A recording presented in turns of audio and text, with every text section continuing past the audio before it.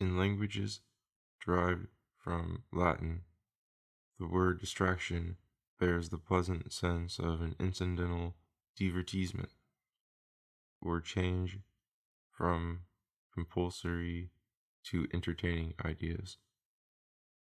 In English, the word has preserved a deeper meaning, of which I will avail myself here.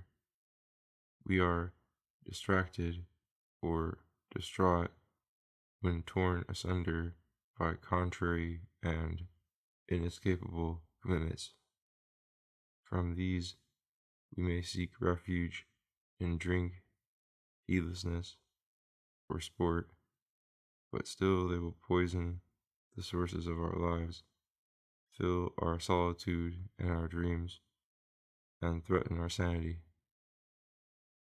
By distraction, I understand the alien force that drags the spirit away from the spontaneous exercise of its liberty and holds it down to the rack of care, doubt, pain, hatred, and vice.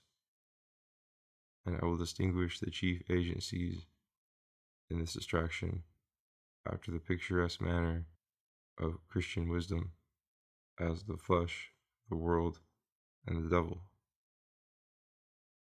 I have already dropped some hints as to how we may understand this shocking anomaly, for so it would seem to a truly emancipated spirit to whom everything, including its own movement and destiny, would be an object of sympathetic interest, but never a source of distraction. Such a spirit would laugh at the hypothesis, perhaps suggested to it by the devil, that it would have lived happy had it been left to its own resources, without a body or a world. For in pure spirit there is evidently nothing to determine what experiences may fall to it, what passions or what impulse to go on living or dreaming at all. Universal will, even that part at work in spirit, must be irrational, since if it had been a rational agent, it would have sought, but never could have found, a reason for being what it was. All appetitions, repulsions, selections, and exclusions must first be automatic. They must precede and occasion the rise of intuition. If intuition is to exist temporally and to have any special themes or career, emancipated spirit would see clearly that even its emancipation and liberty were gifts of fortune or divine grace, and it would understand at the same time how rare such good fortune is likely to be, and how distracted the life of spirit must be on the whole. On the whole, but not essentially, for it is only when a certain harmony has been achieved in the psyche that moments may be almost perfect. There will then be intuition without distraction. You may hear a sound so pure, so musically modulated and sufficient in itself, that no suspicion intervenes of any cause or meaning that this sound might have in the world, much less any thought of yourself hearing or of your ears or brain.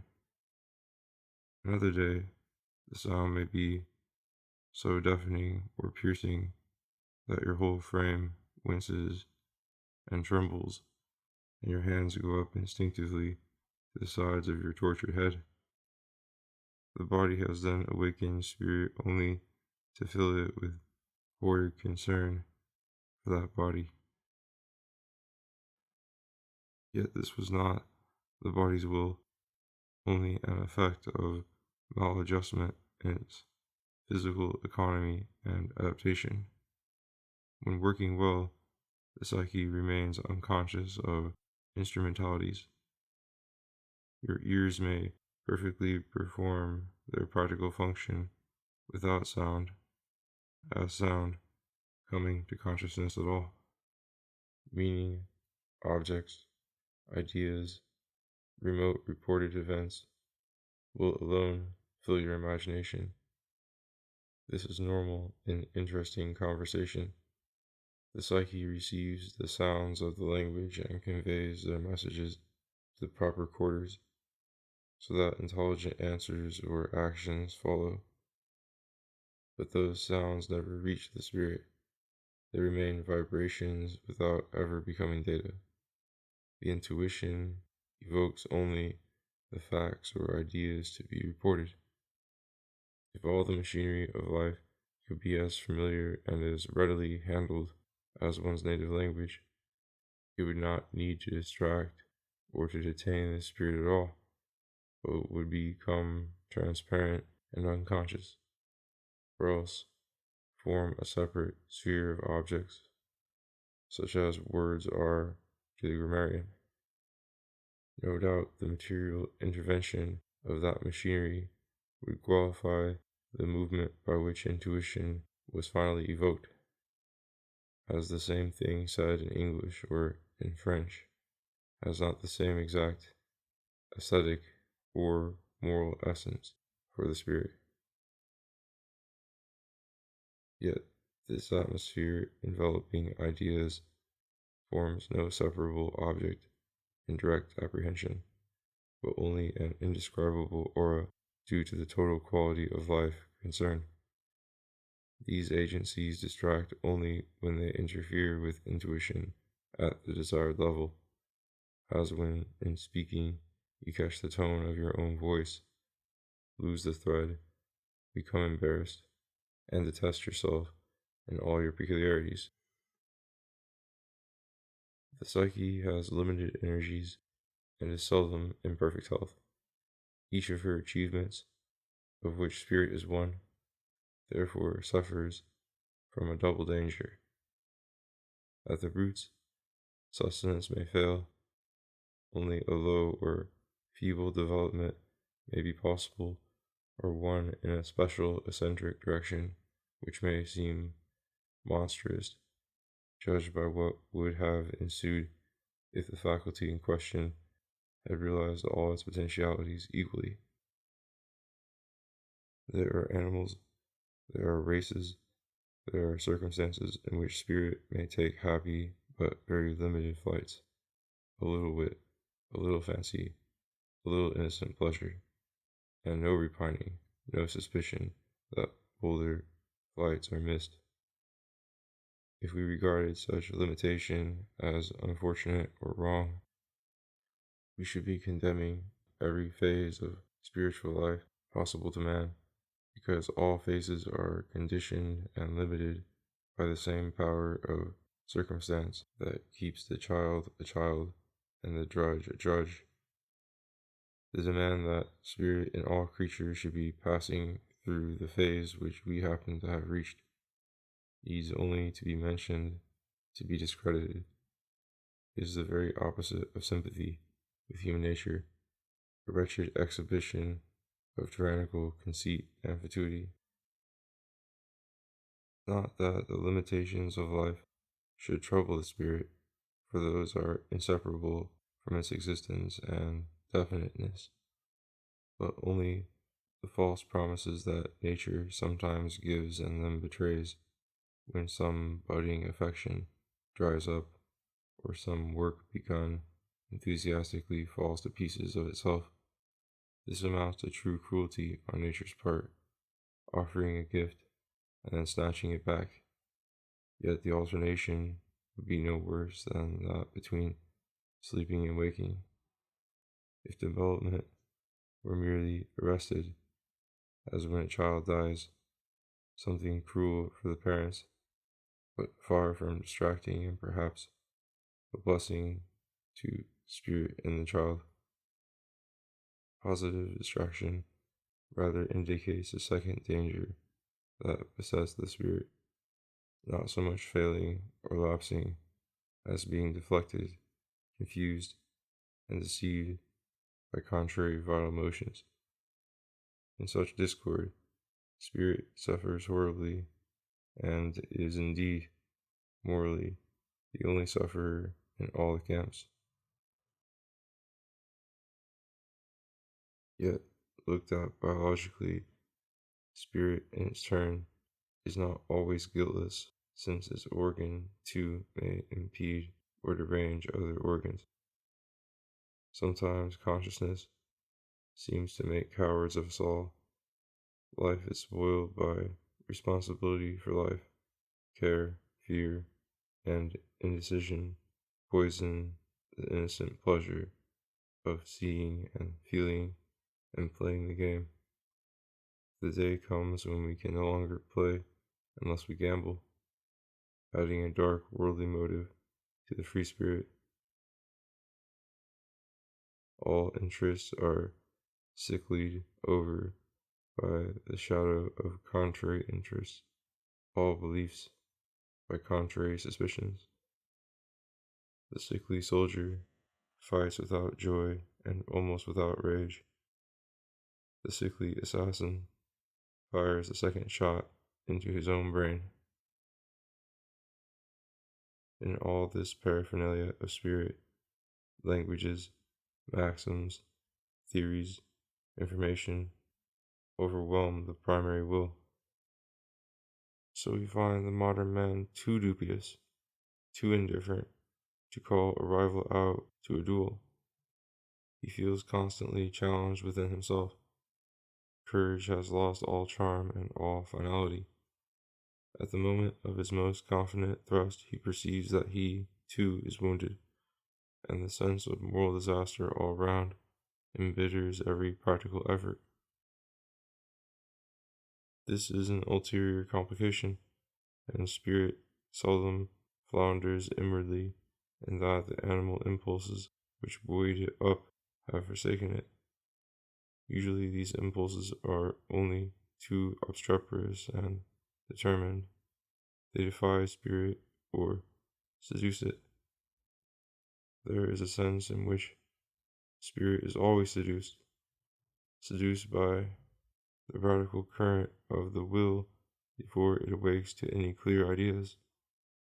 It fears, it enjoys, it suffers without knowing what about. Emotion exists first with a cause but without any object, and while this condition is hardly distraction, since there is nothing from which spirit could be distracted, yet it is an uneasy, unsatisfied state. Alarm summons attention to something, and attention is balked if nothing can be found. To feel alarmed and not know about what is ignominious, and when the trick becomes habitual in the organism, the spiritual state induced is a form of madness. Yet madness is often only nature unveiled, a wheel in the necessary machinery seen working apart, and here we have but to restore the ideas habitual to the mind for the emotion to seem sane, even if perhaps misdirected. Love and hatred are often, in this case, we are allured or enraged, yet fundamentally we do not know what it is that allures or enrages us. We may point to some rather ordinary person or some rather ordinary event, but why on earth should such devastating feelings overcome us in their presence? The cause lies in the hidden complexity and casual turns of nature in us, in our unconscious will, and the cause explains the absence of a reason. Emotions arise when will is precipitated suddenly in some fresh direction, and the color of the emotion with which we view it. The ordinary creature seems divinely beautiful, rare, and significant. The ordinary event seems an intolerable outrage. The power attributed to those objects is entirely drawn from one's own psyche, ripe for such passions. Therefore, mature moralists, when morality was not itself a mere ignorant emotion, talked about the madness of passion, the guilt of sin, the folly of fashion. Yet this is a normal madness, an original sin, a sprightly and charming folly. Life could not have begun or grown interesting without them. The evil involved is constitutional, and the spirit suffers distraction because it exists and is a natural being, an emancipation of universal will. Universal will aims initially at anything and everything and realizes whatever it can realize, imperfectly, of course, from the point of view of that special aim. Spirit cannot escape these conditions and this imperfection. It too has infinite possibilities and contingent occasions. Often we cannot but hate the things we love and hate ourselves for loving them, and we are right in blaming our fallen nature for these contradictions. It is not in the realm of spirit that they are hatched, but in that of matter, to which our psyches belong. Our souls are diseased, pursuing things that ultimately repel them, and the approach to health cannot come by rescinding our nature, but by disentangling and harmonizing it as much as possible, as indeed it naturally endeavors to harmonize itself. In animals, universal will takes the form of a psyche, which is no separate supernatural principle, but only a moving harmony or equilibrium maintaining itself more or less perfectly in each organism until death breaks it down altogether. The more vigorous this concretion of vital powers, the more violent will be the protest of the whole organism against any attack, from within or without, that tends to disrupt it. Defensive contraction or concentration ensues, and if we suppose a slumbering consciousness to pre-exist in the psyche, it will awake with a sharp cry, a conscious protest, which we call pain. Pain is a first form of distraction, for it is a summons, a disturbance of that placidity in which spirit slept when merely potential. Yet this summons brings nothing to spirit that spirit can light up, diversify, make articulate, or turn into knowledge. As an intuition, if such it may be called, pain is empty, yet as a sensation, it is intense, arresting, imperative, so that it exemplifies the very essence of evil for the spirit. To exist in vain, to care intensely in the dark, to be prodded into madness about nothing. The birth of spirit is joyful when it is the dawn of light, disclosing 1,000 movements and objects that evoke intuition and excite a discerning love, or even a discerning aversion. But to be born blind and kept alive by force, with no foothold, falling, as it were, spasmodically and helplessly through a horrible vacuum, is to suffer pure torment and be subject to a gratuitous tyranny. Now this arrest and contraction, which for the spirit is a pain, for the psyche is a means of safety.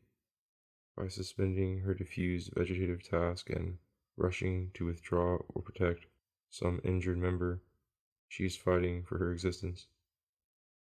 Nothing, therefore, from her point of view, but her views are merely habits, to be less gratuitous and more opportune than this mobilization, which so distracts the spirit. For the spirit was enjoying life or enjoying sleep, but the psyche was not sleeping or enjoying life, but only living and obeying faithfully an imperious momentum to live on. She has prudently developed a central exchange in the brain, with a whole plan for coordinate action in cases of danger, with particular nerves, pain nerves, from every quarter to give the alarm and guide defensive operations. That the pain nerves hurt, that they distract the spirit, she neither knows nor cares, The point is that they should instantly call the blood or the muscles or the hand to the affected part to protect or to heal it. And if this summons hurts because it brings so violent a wrench and stoppage of normal functions, that makes no difference, if only the crisis can be passed and safely restored. The trouble is that even biologically, this machinery remains imperfect. The alarm often arrives late, when the damage has been done and a cure is impossible, or it arrives needlessly when local unconscious processes would suffice to repair that damage. Often, too, the agitation set up becomes a worse evil than its cause, prolonging itself hysterically with perhaps fatal results. We then have an orgy of pain, as in difficult childbirth and cramp, neuralgia, or madness. I suspect that this is the case always, in some measure, wherever there is pain. Far from being a means to remedial action, pain is a sign that the available remedies have failed. If biological organization and adjustments were perfect, there would evidently be no internal disorders. And in the case of external accidents, nature would apply an anesthetic automatically, leaving the rest of the psyche undisturbed, while the part concerned did its mending in peace. To diffuse trouble is the worst possible means of correcting it.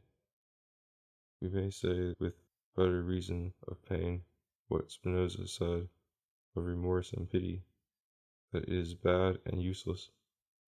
The pain and remorse and pity is futile, but not the spiritual or tragic perception of the evil in question. For this perception indicates no impediment in the psyche now, but on the contrary an enveloping synthesis by which the old calamity and its neutralization in the vast context of truth are present to the spirit and radically present forever. Such tragic insight, such pity and remorse are parts of the highest good. That which is bad and useless is to protract or repeat pain, physical or moral, at its original level, where it still indicates not synthesis, but distraction. If spirit were all, pain would be utterly dark and inexplicable.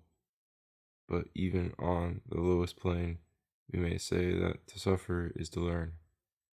We learn at least that we are incarnate, and also that the body is subject to some hostile influence and, for the moment, helpless before it. Pain expresses disruption, as the sense of relief expresses a gradual recovery of vital harmonies, and joy their sudden expansion. If the organism were well adapted and in perfect health, attacks from outside would be stimulating rather than painful. The bugle call to arms would be positively welcomed, as we welcome a challenge to any game in which we are proficient. Bruises and wounds would then be little felt or would be borne proudly. Even irreparable losses, like blindness, would not spread their blight over the residue of the soul, but would rather provoke a new concentration, with perhaps a finer quality of life. Death itself, when it supervened, would not be painful or feared. Human horror of death is perhaps something exceptional in the universe, arising only when spirit is called back from its natural flights too often to nurse the agony and bewail the death of others. Simpler, better knit souls might normally die in battle or in sleep without making a fuss about it. In pain, in terror, in all such moral suffering as is akin to pain, the enemy is external. There is no disunion in the alarmed soul. Psyche and spirit are on the same side. disturbed by the same interruption. For this reason, when the foreign evil cannot be parried, as in mutilation or approaching death, it may be met and almost disarmed by a concentration of life inwards, surrendering the indefensible outworks, and retreating in the end to pure spirit, which, though existentially the flower of the psyche, morally cannot be caught or finally vanquished, because its interests are not local. Illumination, at this point, may be reduced, it may be extinguished, but the light is not thereby corrupted or confused. There is no treason, no sin. For the same reason, corporal works of mercy engage the spirit wholeheartedly and more urgently than any ideal object of aspiration. We do not ask whether the wretch, lying robbed and wounded by the wayside, deserves to be helped. He needs help, and that suffices to secure unreservedly our spiritual sympathy. His calamity is external to him. In respect to it, there is integrity in his soul, however distracted and criminal may have been the business that led him into this plight. We disregard these circumstances, which we feel to have been accidents in that blind life, snares into which a poor animal soul was drawn insensibly, filth that clouded and distorted it against its primary intent. Now, in his extremity, the broken ruffian is again a child. He asks only to breathe, to sleep, to be nourished, not to be tormented. And with that elementary will in him, the will in every spirit is unanimous. All recognize the common enemy, physical misfortune, physical disaster. These may reduce the scope of spirit in each soul, but they remove all antipathy between one soul and another. They inspire humility in each and charity to all. Trouble thickens when the enemy disturbing the soul is not external, but when one vital impulse is fighting there against another.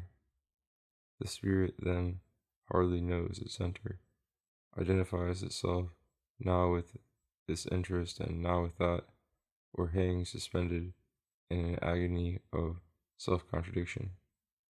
Moralists are accustomed to give names to these rival forces, a few stock names for an infinite variety of passions, and to represent one set or one principle as alone legitimate.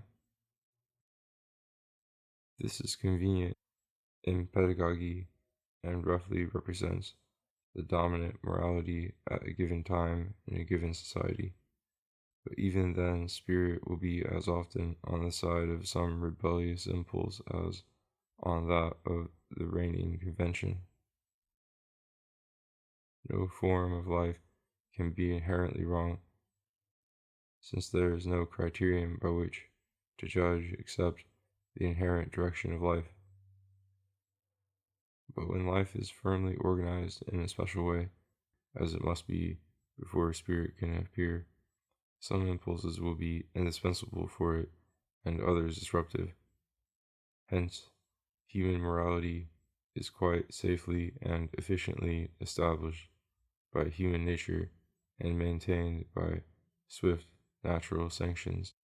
It is not and cannot be perfectly uniform, since various modes of life may be equally possible and successful, and human nature may develop in one direction and wither in another. Yet in each society and in each individual there will be obviously radical needs to satisfy and obvious dangers to avoid. Even fundamental functions like nutrition and reproduction, since they engage the same organism, may come into conflict, and each will then be distracting to the spirit insofar as it interferes with the other. Nature in some animals prudently makes the two alternate.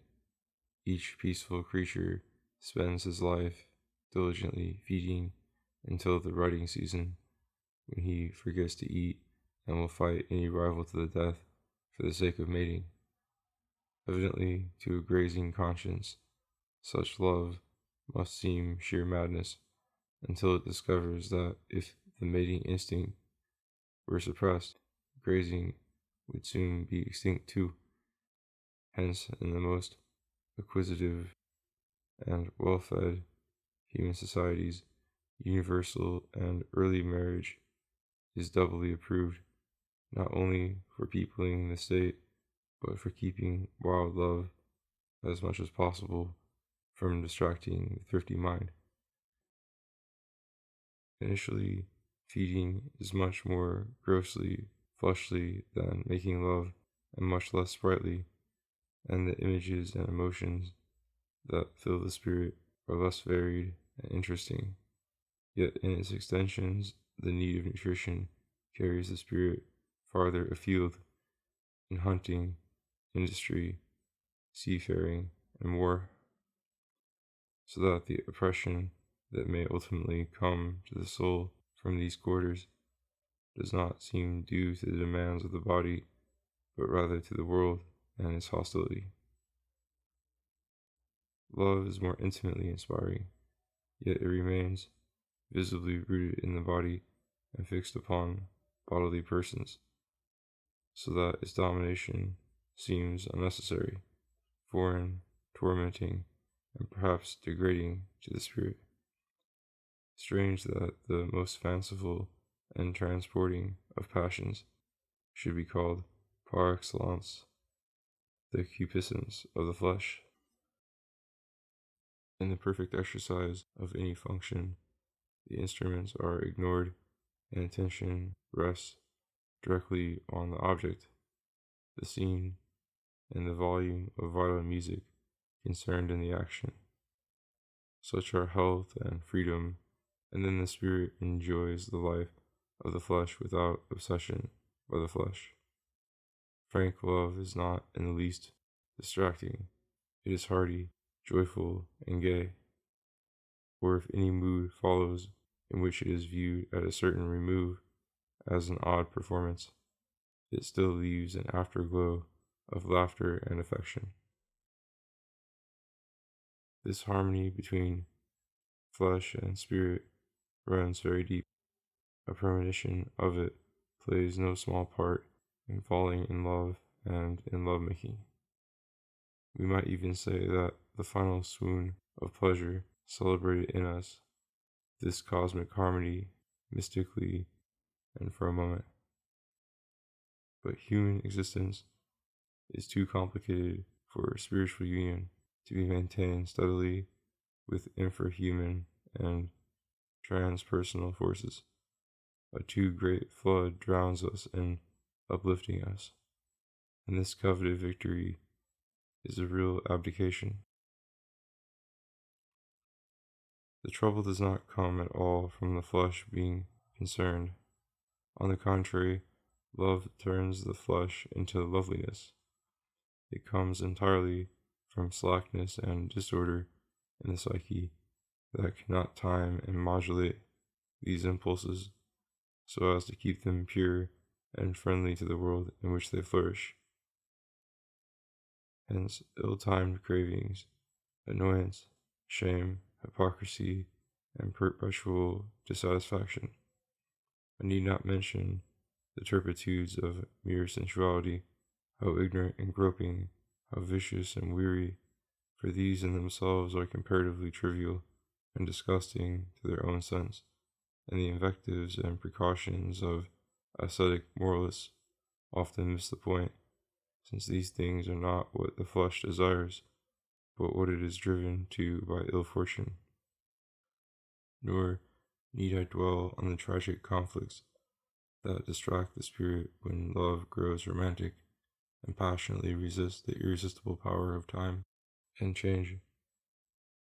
Pure love is not temporally constant, because time is itself inconstant and swallows up incessantly every chosen object of love. Innocent sexual desire, like appetite for food, pursues anything suitable that offers. It explores, tastes, accepts this, rejects that, and remains always alert. This playfulness and keenness signify no disdain for what has already been chosen. The spirit cannot forswear any good that it has found or may find, and no good is truly found until love ceases to be a craving for the unknown and, in face of the known, becomes silent and spiritual. The object then proves to have been an essence and not an existing person or thing, and among essences there is no jealousy or contradiction, and no decay. Fidelity to things and persons is a domestic virtue proper to a society centered in the family and its belongings. Affections are then duties, and possessions responsibilities. Such ties, like all moral relations, enrich the soul in confining it and offer a suitable, though accidental, theme for the spirit. But they are not spiritual ties. In marriage, love is socialized and moralized into a lifelong partnership which it would be dishonorable to betray, and community of interests and habits buttresses that love into mutual trust and assistance. A household rather smothers the love that established it. Nature seems to be repressed there more than obeyed, and the family becomes a political institution and a part of the world where the fortunes of spirit are entangled in all sorts of interests, not those of the heart. How might the heart be satisfied? Certainly not by turning from a first union to others at the same incidental level. To re-excite a passion physically is not to satisfy it morally, rather to discredit it as morally vain. Licentiousness becomes horribly tedious, yet spirit can never turn its back on love any more than on life, since it is their supreme manifestation. It must accept, honor, transmute, and sanctify them. It will therefore retain in compulsory affections that element which is original and spontaneous, because home and country appeal to the heart powerfully, apart from any duty.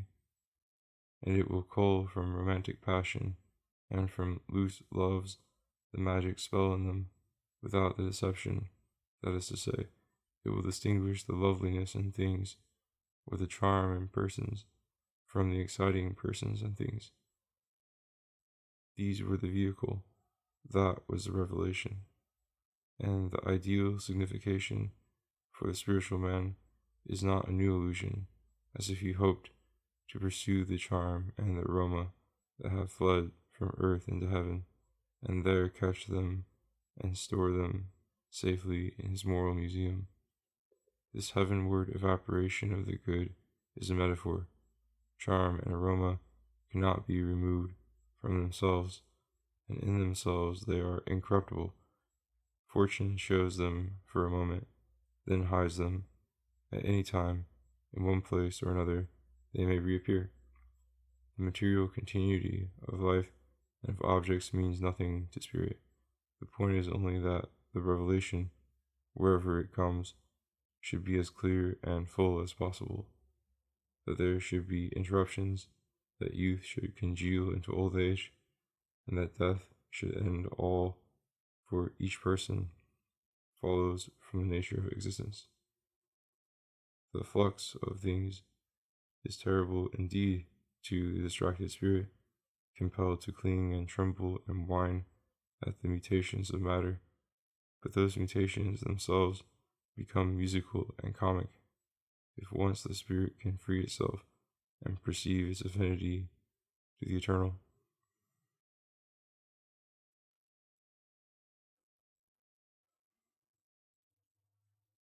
A grand passion would open the way best to this transformation, for here the flesh has already conquered the world and almost conquered itself, since the rapt lover becomes a worshipper as is proper to spirit.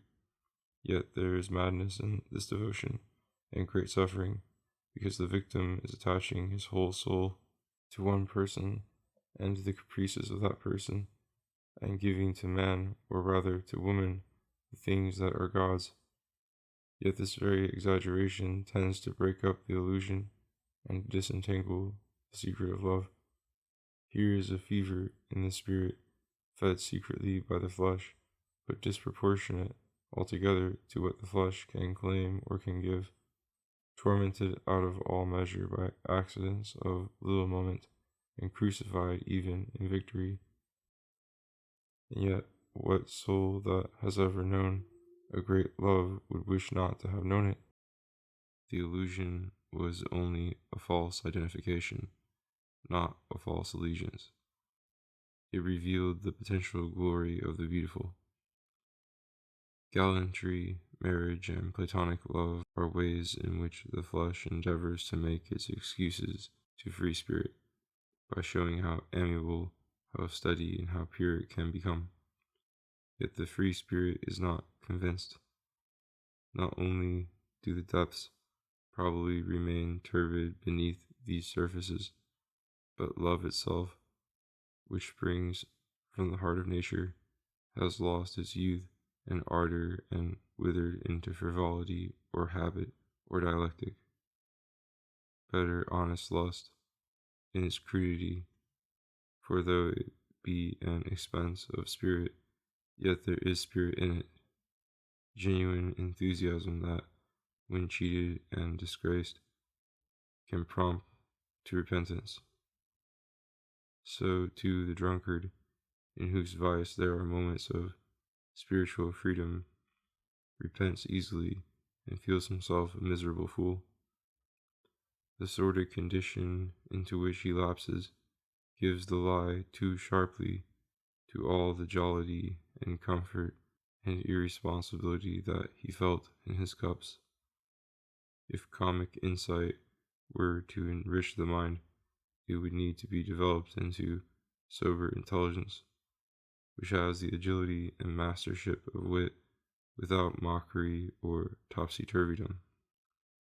But when insight ends in laughter, laughter itself fatigues and dies down suddenly, as if it too had caught us in a false trap. We have lost our bearings and we have cheapened the world, which was not what the spirit longed to do with its freedom. It suffers and dies in the world. This is only because it loves the world, in the sense of loving the light and joy that are possible in it, or would be possible but for the frustration of one blind impulse by another. Evidently, retrenchment is necessary, and surrender of impossible claims, and to surrender them laughing is a shortcut to victory and takes place at least in one's own soul for the moment. But this happens only at the level of play and of intellect. The chained dogs below keep on barking in their kennels. Laughter about fleshly things has various phases, and escapes from distraction in more than one direction. There is first the laughter of victory, as the rude boy jeers at his victims, or the soldier boasts and threatens, so the young lusty rogue laughs at his feats. He has eluded his vigilant elders, has found a propitious nook, has overcome his own awkwardness and the trembling resistance of his partner. How frank and bold he can be now! How clear the world is going to be for him henceforth! How positive, how manageable, how prosaic! But his laughter soon turns into a dead seriousness. This jollity has opened a long chapter of human responsibility. human conflicts, and human sorrows. There is also, both before and after, the laughter of detachment, of satire, of mockery. We laugh at the ridiculous routine of love-making, its misadventures, its delusions. We laugh at the cuckold's horns, and at the prude's hypocrisy. We laugh at the one old way out, found at last or missed from every sentimental labyrinth. There is still a kind of victory, though an intellectual and bitter victory, in this shrewd laughter. Wit in us triumphs, yet human nature, deeper down, remains wounded and ill at ease. The tables have been turned, and now the cynic is laughing at the passion that in the bold lover was laughing at the world, yet not in this case wholeheartedly, because the cynic is divided against himself. Sensuality would not amuse him if he were a free observer, such as the Roman satirists pretended to be. He would then instinctively stop laughing and begin to preach. The flesh would appear to him as a mechanical, if not disgusting, instrument for keeping the world going, a most wasteful and overwrought instrument that often defeated and always confused its rational use. But sourness about the flesh is only a forest and hypocritical sentiment. The flesh forms the raw material of human nature and is impossible to discard. He himself has been haunted and troubled from the tenderest age by ill-satisfied fleshly impulses, which still engage his fancy no less than his body, and that is why body talk makes him laugh. He knows that somewhere, somehow, the flesh will always take its revenge. His satiric scorn is not really merry. It mocks his secret sympathies, and betrays the spiritual confusion at the root of his being.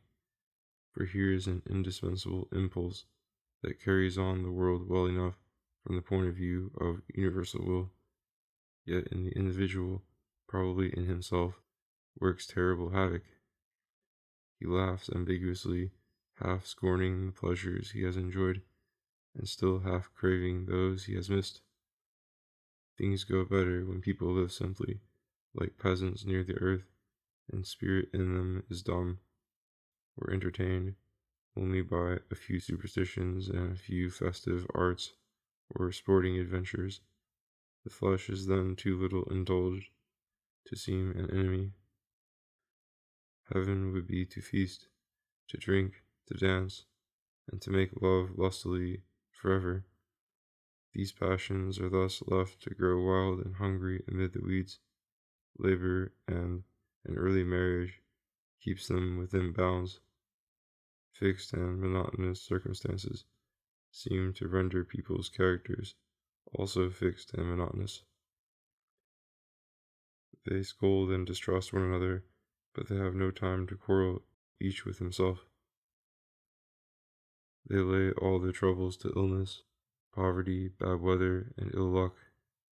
But in a crowded artificial society, the flesh, with its sentimental overtones, creates an inner focus of life sharply contrasted with worldly circumstances and duties, and the question becomes debatable whether the flesh distracts a spirit properly attached to family, study, work, and public affairs, or whether these worldly interests distract it from the all-important revelation of love. In any case, there is distraction. The race is compelled, under pain of extinction, to keep the sexual impulse alive and powerful enough to overcome all selfish prudence or moral disgust. Love must be flattered and tempted underhand by 1,000 social lures and opportunities, while at the same time it must be outwardly restrained and limited to conventional forms, and thrifty habits. Nor is the straitjacket imposed by society the worst obstruction. Deeper trouble comes from the illusions, revulsions, suspicions, and disasters suffered by love itself when given a free rein. At the lower level, it fixes attention on ignoble, subhuman cravings, infects impulse with vice, wastes time and substance, and degrades the conscience with ties and memories impossible to acknowledge, while at a higher social level, it attaches duty where the heart is not attached, and attaches the heart where nothing deserves or rewards attachment. Often the ingenuity of love disguises these tragedies by affectionate hypocrisies or accommodations. That is a mild form of repentance, covering the dead sin with flowers, but even avowed repentance is far from solving the problem. A heroic religious asceticism would need to employ the very impulse that it outwardly suppressed, at least if the reform were to be permanent and the new way of life cheerful and sane. Mere repression without sublimation into a new devotion and enthusiasm would run a great danger of a relapse, or there might ensue a complete philosophical reversal of that repentance, with a return to the vulgar naturalism that decries all discipline as cruel and barren. These vital contradictions might be solved by a good moral regimen, austere in principle like the Catholic Church, but charitable in temper and disillusioned about the motives that must rule the world. In regard to the flesh, the enemy to be taken captive is no accidental vice, like gambling or drunkenness, that might be thoroughly extirpated. It is a force intrinsic to human nature. You must make peace with it somehow, or be perpetually distracted. You must tame it, transmute it, employ it to warm your affections and light up your painted world. It will then continue to live in your sense of potentiality, of charity, of wonder, of mystic joy, and this will be no pious deception. The force that seemed an alien demon tormenting you from within was always the very life of nature breaking out in you and making you akin to the whole world. It may work havoc in your little person. Nature is not sparing of havoc, but it may also enlarge your heart into an inner understanding of all things natural and divine. The sins of the flesh, though the saddest, are therefore the friendliest to the spirit. It may renounce, it will never insult them. They were never themselves hostile to the spirit in intention, only childish gropings of an animal soul caught in the world's trap.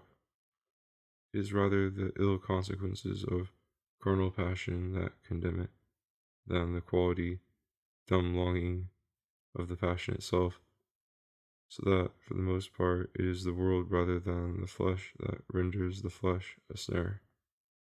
Evidently, in respect to hunger and cold, the torments of the body are not due to its own defect, but to a treacherous environment favorable enough to permit life, but too niggardly to foster it. And from this maladaptation flows the whole slavery of spirit to the world. In sympathy with the flesh, it trembles at the multiform scourges that come from without, from the elements, from wild animals, from the very family with which a seemingly happy instinct has surrounded the individual. Is then this family become a tribe that imposes all those duties, initiations, labors, and wars by which spirit is perpetually pulled hither and thither, intoxicated, maddened, and fatigued.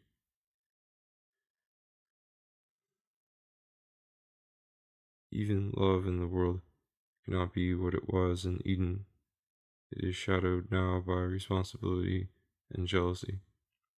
It is beset by 1,000 rival or contrary interests that gain upon it with time, except perhaps in old age or sickness, when the old simple affection emerges from the ruins and proves its closer kinship with the soul.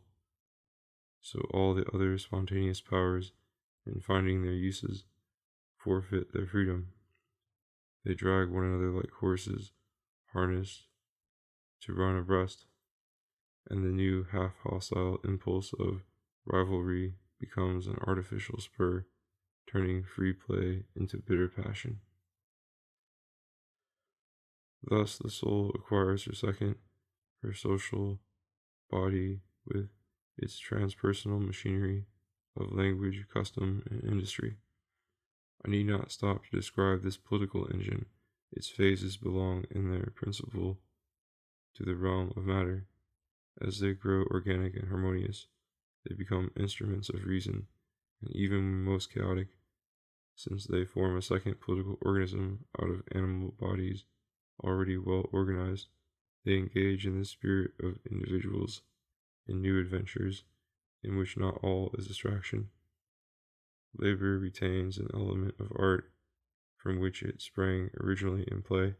Government contains an element of paternal foresight and moral philosophy, and war contains elements of the chase and action, and of chivalry and reflection, things all charged with spirit, and showing how it can overlay and disinfect the blind complexities of nature.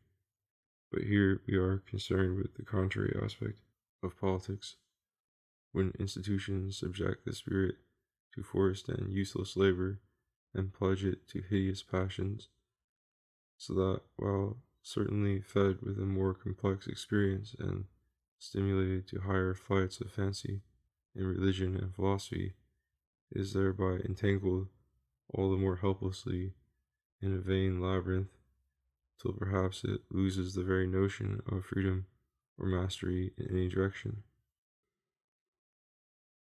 A fundamental point in which the political and the physical worlds are alike hostile to spirit is their instability. Even this hostility, however, is not absolute, and for two reasons. In the first place, instability lies at the root of life, and therefore of spirit also. Were there no change and no insecurity, there could be no expectation or concern, no interest in what would happen, and even where the object of interest is static, the interest in discovering, surveying, describing, and redescribing it is necessarily a movement. Permanence itself involves a lapse, a duration, or continuous passage. Yet the flow may be so equable and silent, it may so smoothly carry the spirit down a steady current, that the voyage may seem the very perfection of rest. Were there less change, there would be no spiritual realization of repose, for eternity lies above or beneath life, and even to pass into eternity, which is the most that spirit, remaining spirit, can ever do, is still an act and a transition. If time were ever arrested, the experience and the thought of eternity would be abolished. In the second place, the flux of existence, for spirit in its ultimate insights, is not an evil. Spirit is not then concerned with its own survival, nor with running forever its familiar round, like a tame animal. When free and self-forgetful, the spirit ceases to have specific allegiances, and though each intuition must start with fresh zest towards a fresh essence, yet a different stimulus and a different discovery, when their turn comes, will not be less welcome. Spirit in its own plane feels no inertia, no bonds of habit. Those belong only to its basis in animal life. Mutability in things and logical or moral instability in the spirit merely enlarge apprehension, if only the variations do not intellectually confuse or intercept one another. Intuitions must come one by one, but their themes are all eternal. Therefore, elegiac sentiment about the yellow leaf and the nipped flower has little spiritual force, but merely confesses the lag of the psyche in respect to the seasons. Spirit may die, but it can never grow old. Nothing obliges it to ruminate upon things past or persistently to renew impulses now belated, and vice versa.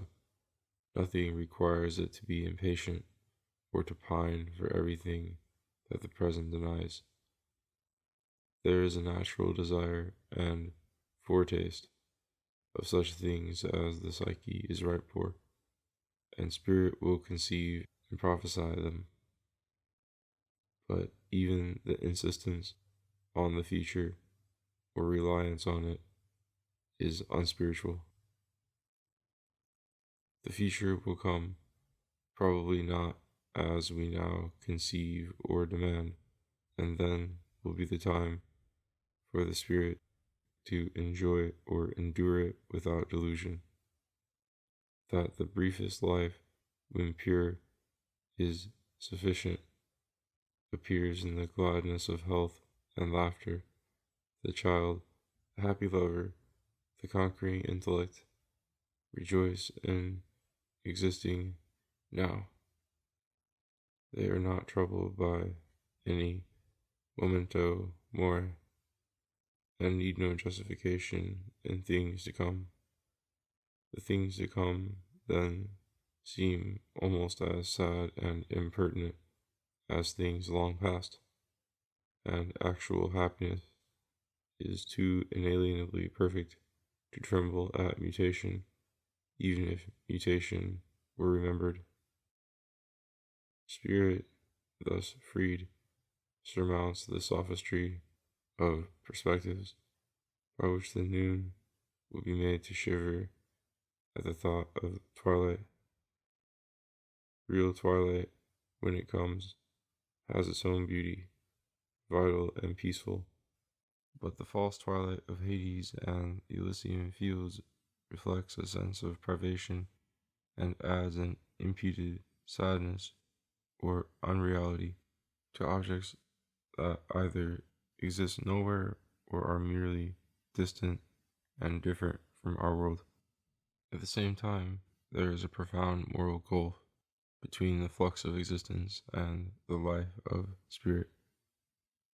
In the mind, we have foresight and memory. In nature, only effects and potentialities. Change, when perceived, has been synthesized. Contrast, conflict, drama excite thought and fill it with the most interesting themes, but they ruin and torment thought when they work surreptitiously at its foundations, break up its rhythms, swamp it in contradiction and oblivion, and defeat its life without extinguishing it. Representing as it does the victories of the psyche over an inanimate flux and an inorganic environment, spirit lives by transcendence from its center and responsiveness to outlying things, even to infinity. It would not willingly be cut off from anything or later than the present or earlier than the present, but in the present is contemporaneous with all things and at their very heart. It lives precisely by feeling the co-presence of the successive and the interrelation of the distant. It would keep all events always present, as it tends to keep them in vivid memory or clear prophecy. The whole and every part are then seen in motion, like episodes in a play, but it would mark a failure in the poet or moralist if he forgot the first act when the second was going on, and had throughout no premonition of the issue. That is the fate of the distracted characters in the play, creatures full of limitations, sentimentality, and impatience, who are trying to preserve the past or command the future, but always in vain, because that which was cannot be again, and that which is coming will have 1,000 sources alien to the commanding will. Spirit envelops all these sources and all these losses in spiritual omniscience, and while initially living by the life of the parts, corrects the blindness of each by an equal participation in all the others, so that although its heart is their heart, its life is not any of their several lives, nor their deaths its death. So long as it remains attached to any one of them blindly, it is defeated in its own will, and distracted by the inevitable defeats of the vain wills it has adopted. The world then, however familiar superficially, is in its blindness and in its treachery utterly contrary to the Spirit. The world is not as it looks. It contradicts what it teaches. It leaves memories which it stultifies, and excites hopes which it betrays. There has been great insistence in recent philosophy on the terms static and dynamic, but so emotionally that static comes to mean not the permanent in time, but the definite in character, and dynamic, not that which exercises force, but simply that which changes. Now, instability in existence is at least as characteristic of mind as of matter, and if dynamic imply only the continual variation by which one thought yields to another, mind will also be thoroughly dynamic, and it will be dynamic even in an evolutionary or historical sense. If what is meant be that sometimes, on reflection, we find in later phases of thought a logical or moral development of something present in thought earlier, such moral progression with dialectic expansion and correction is inevitable where memory exists, and inherited powers exercised once are exercised anew on a changed object, seen in changing lights. The course of experience will be irrelevant to this dialectic, yet the thread of it will be traceable through the labyrinth until it is broken by accident or lost in its own tangle, and reflection, catching rhymes and reasons in the chaos of memory, will fix and impose these tropes on the remembered incidents, or imagine and interweave other incidents to fill out the chosen measure. Thus, memory is primarily reapperceptive, and the first histories are epics and fables. These forms of imagined dynamism, these plots and dramas, are themselves static and composed precisely because, in such forms, events are memorable. Were these patterns not definite and, in that sense, static, they could not be conceived or recognized. They are essences.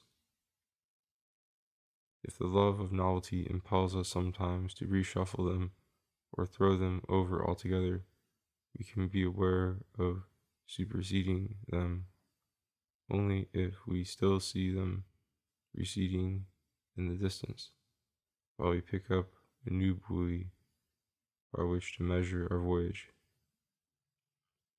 Mere drift without landmarks would hardly be a change, but only a perpetual sensation of drifting. That the landmarks of spirit are ideal and blown up like bubbles from the unfathomed depths of substance and force is very true, yet that such bubbles rise to the surface so regularly and mark our course with such varied and responsive lights seems to be proof of relatively static laws in the sea and air. The spirit can count on sufficient stability there, at least in the methods of change, and the fixity of its own terms and achievements, once discerned, laughs at temporal mutation. Spirit has no wish and no power to establish permanent things or persons or types in the world. That is the world's business. If it cares to be conservative, as it must be up to a certain point if it is to rise at all out of chaos, yet as it can never be altogether, since it has chaos in its heart. After running through a cycle or two of evolution, the world might perhaps grow weary if it had any memory, and the spirit is sometimes tempted to despair in its brief but cruel adventures. What need was there that we should distinguish, that we should care, that we should suffer? No need, surely, yet here is an opportunity. If the spirit is free and unclouded, to see wonderful things, and not rashly for idle amusement, but with the participation in divine reality, because our ideas are true. Some are true symbolically of the outer world, others, in a free mind, are true to the organic powers of the psyche, expressed in imagination.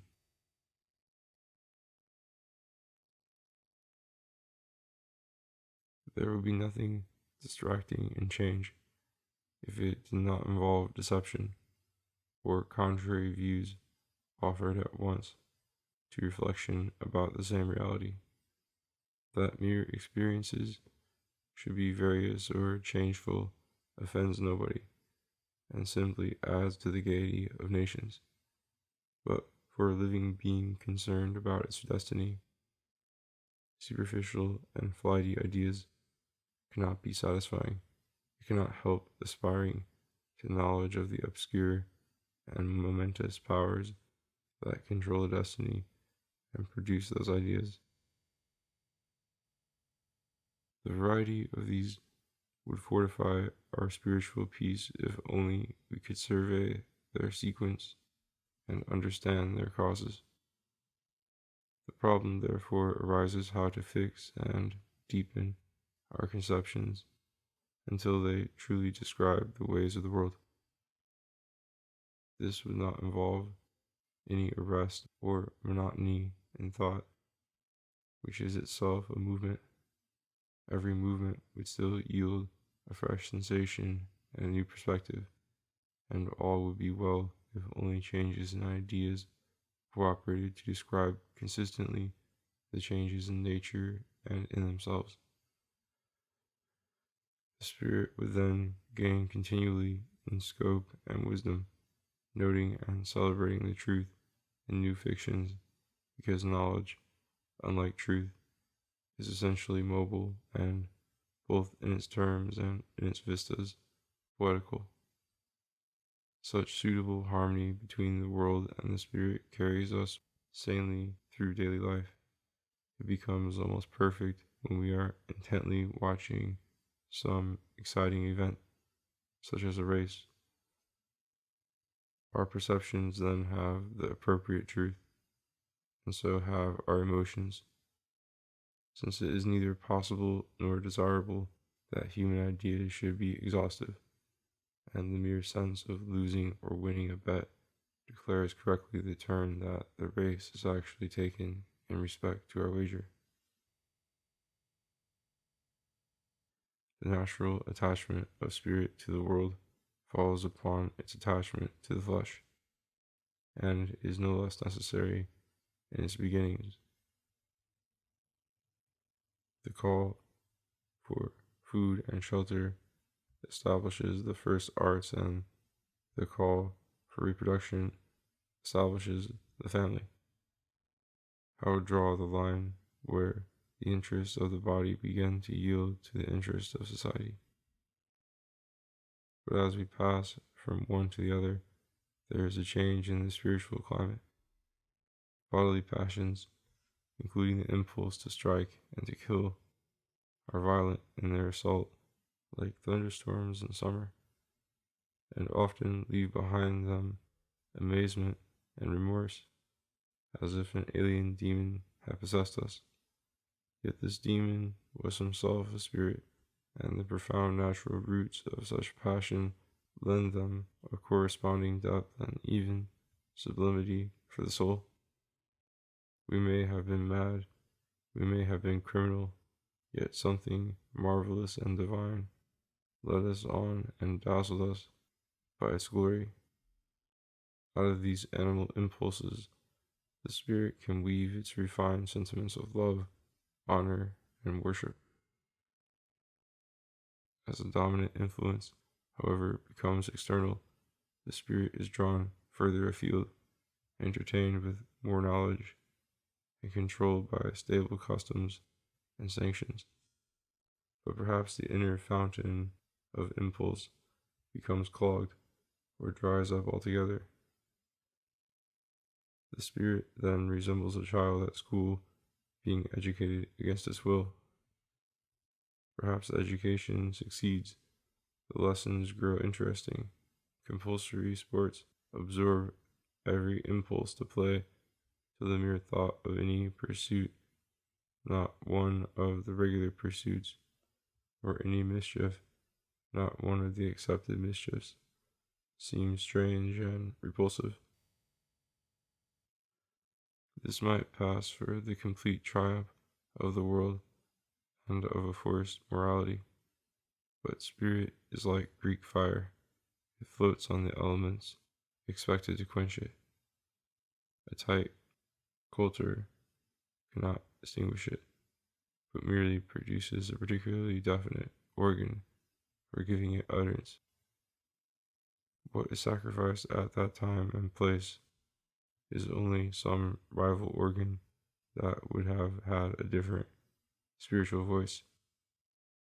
Let the political world do its worst, and while life lasts, it will still excite perceptions as clear and feelings as genuine as any that wild nature might have aroused.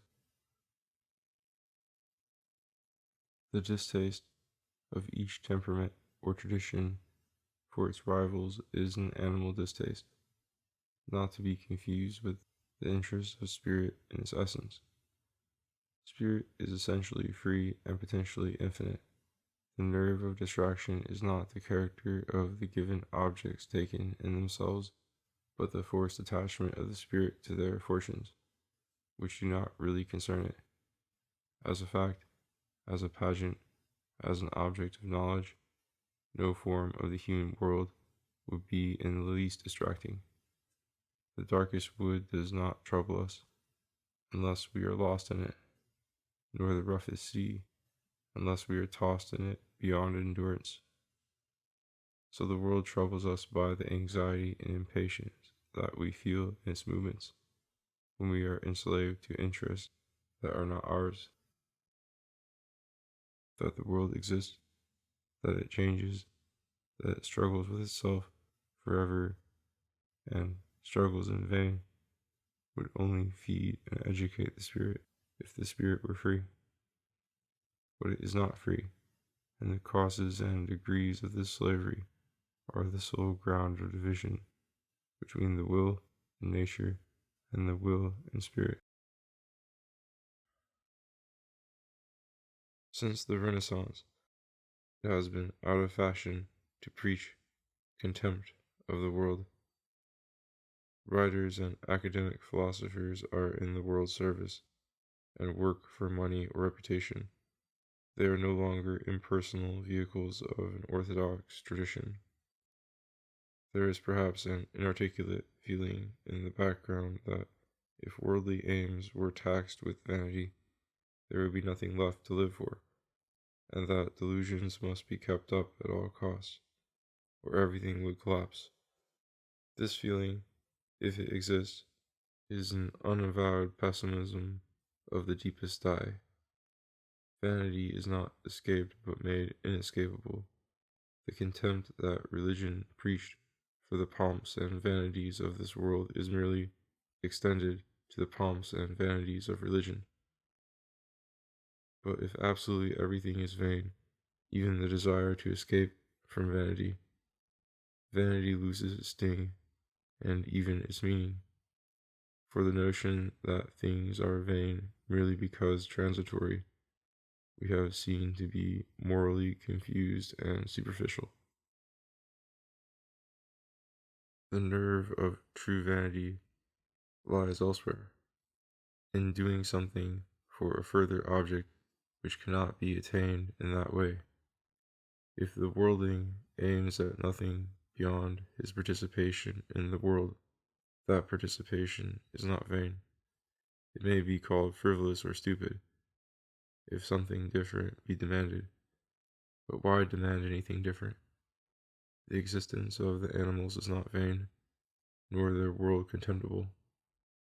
If we level our morality down to theirs, we deftly escape the reproaches of the preacher.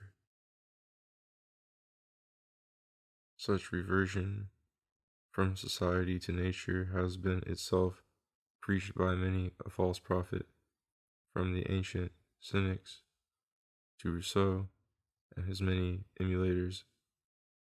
I call this gospel false, not because I think animality or rural simplicity or savage independence inferior or wrong. Such forms of life exist, and the human race may be destined to revert to them or to re-establish something like them in a paradise of anarchy. But I am considering the possible victory of spirit over distraction. To remove certain distracting circumstances may be a relief, but does not essentially fortify the spirit or enlarge its dominion. On the contrary, reversion to animal or mystical solitude, while not excluding union with nature, grounds this union on rudimentary strength or health in the psyche. And this is not only a precarious harmony, but an unspiritual one, like the placidity or the fussiness of animals. Social life lifts the spirit to a more comprehensive intelligence. There is more constant transcendence of the self in imagination, and a richer, more varied, more dramatic world to imagine and to overcome.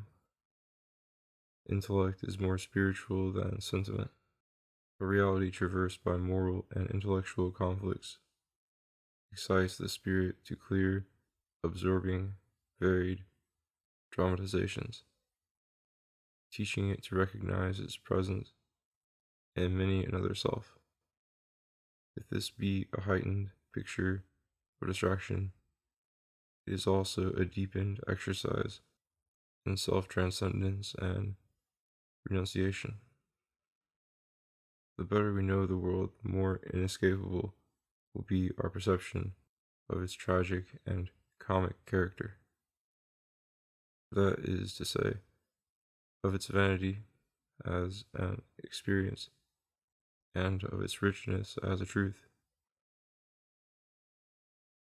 We see that the only profit in experience is its profit for the spirit. The poor and the very young may imagine that they would be perfectly free and happy if they had plenty of money. Money would procure all necessities and comforts without labor, and would open the doors of all beautiful places and all important persons. The world would be at one's feet, and this, be it noted, is what the spirit dreams of in its innocence, never of lying at the world's feet of its own accord. The world is to be that of the Arabian Nights.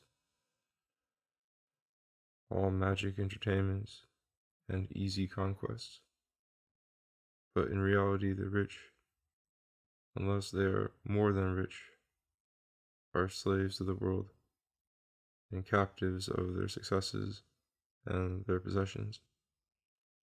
They must keep earning their money or defending it, spending it as the world demands, trembling at losing it or finding it insufficient, encountering the endless claims, obligations, and jealousies that it brings.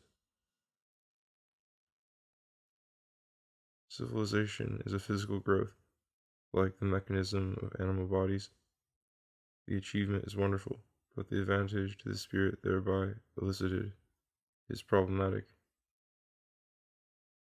There will be much new experience and much new suffering.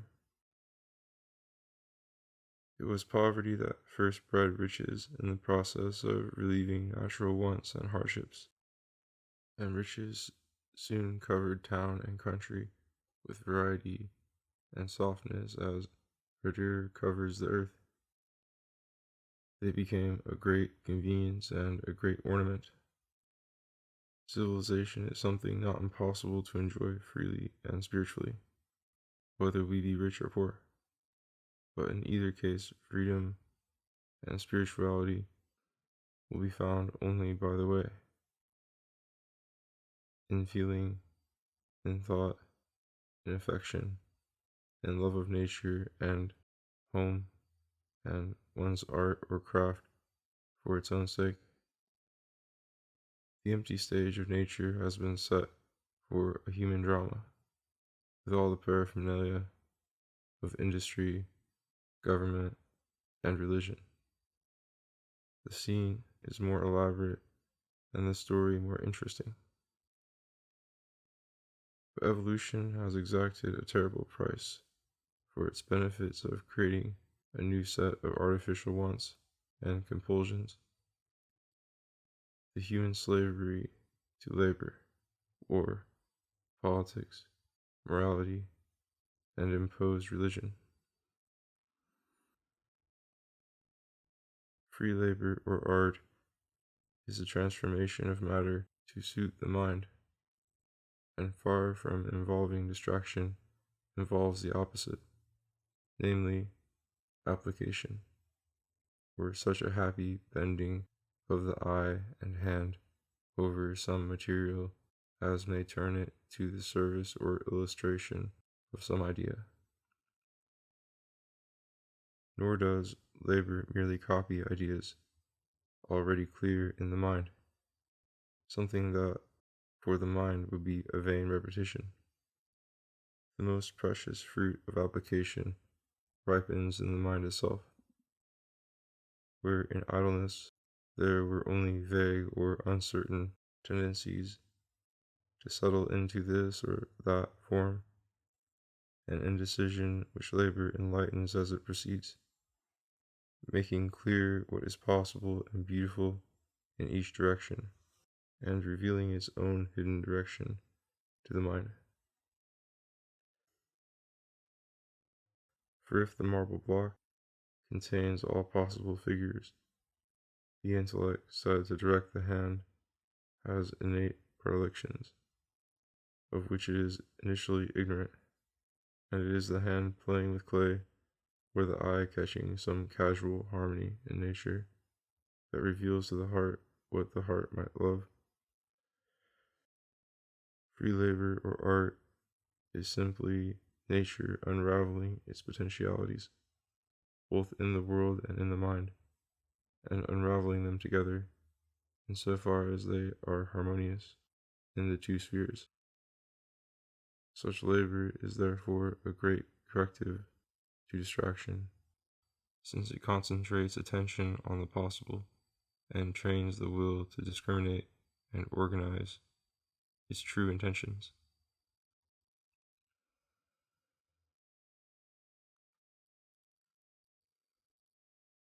Why then is mankind universally tormented with having to work or with being out of work?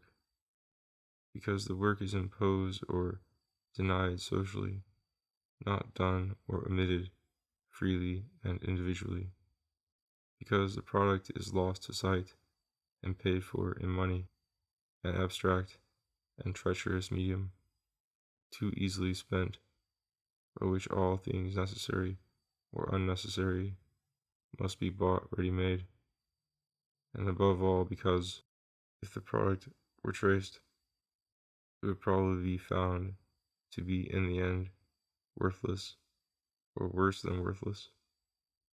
In other words, the working world is distracted in the highest degree because people are compelled to do what they do not wish to do and compelled to put up with what does not content them. They are organized, they do not know why, into a system of universal slave labor for the production of rubbish.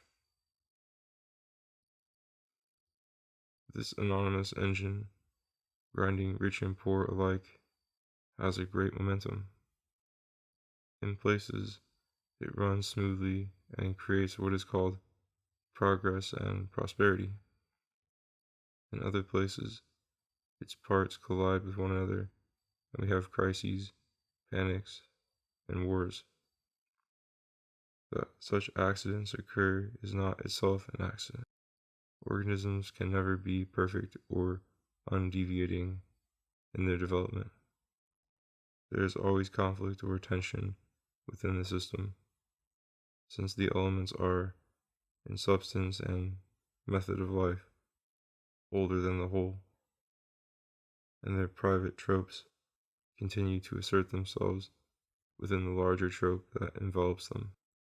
If this unifying process is anywhere relaxed, local growths, which we call morbid or decay and dissolution, appear in the parts. The animal as a whole is in turn a dynamic element in the tribe, and always in potential conflict with his habitat and his neighbors. Every member of a society wears his loyalties like a garment, which decency and safety do not allow him to discard. Yet he remains naked beneath, a wild man and a traitor in his natural person. Therefore, any economic or social harmony can be nothing but a compromise or a truce. Society is not an organism at the same level as living individuals that nature reproduces from seeds and endows with potential consciousness. When presently the social tension, which is itself biological, has been relaxed, the bodily functions or private affections or poetic dreams of the individual will absorb the spirit in their turn, and as spirit is, as far as possible, all-embracing, very likely the contrary movements will invade it together, filling it with alternative hatred, now of the world and now of the passions, opposing the world and the private soul. This state of moral distraction is evidently worse than physical suffering, in as much as it overflows more completely into the spiritual sphere. Pain, however intense, remains an alien storm to be roundly cursed, defied, or endured, and leaving a clear sky when it blows over. The spirit may faint or may stifle, but is not divided against itself. Carnal pleasures, too, which are but welcome pains, draw the spirit inwards into primal darkness and indistinction. The world, on the contrary, in its thousand aspects, calls forth interest and intelligence.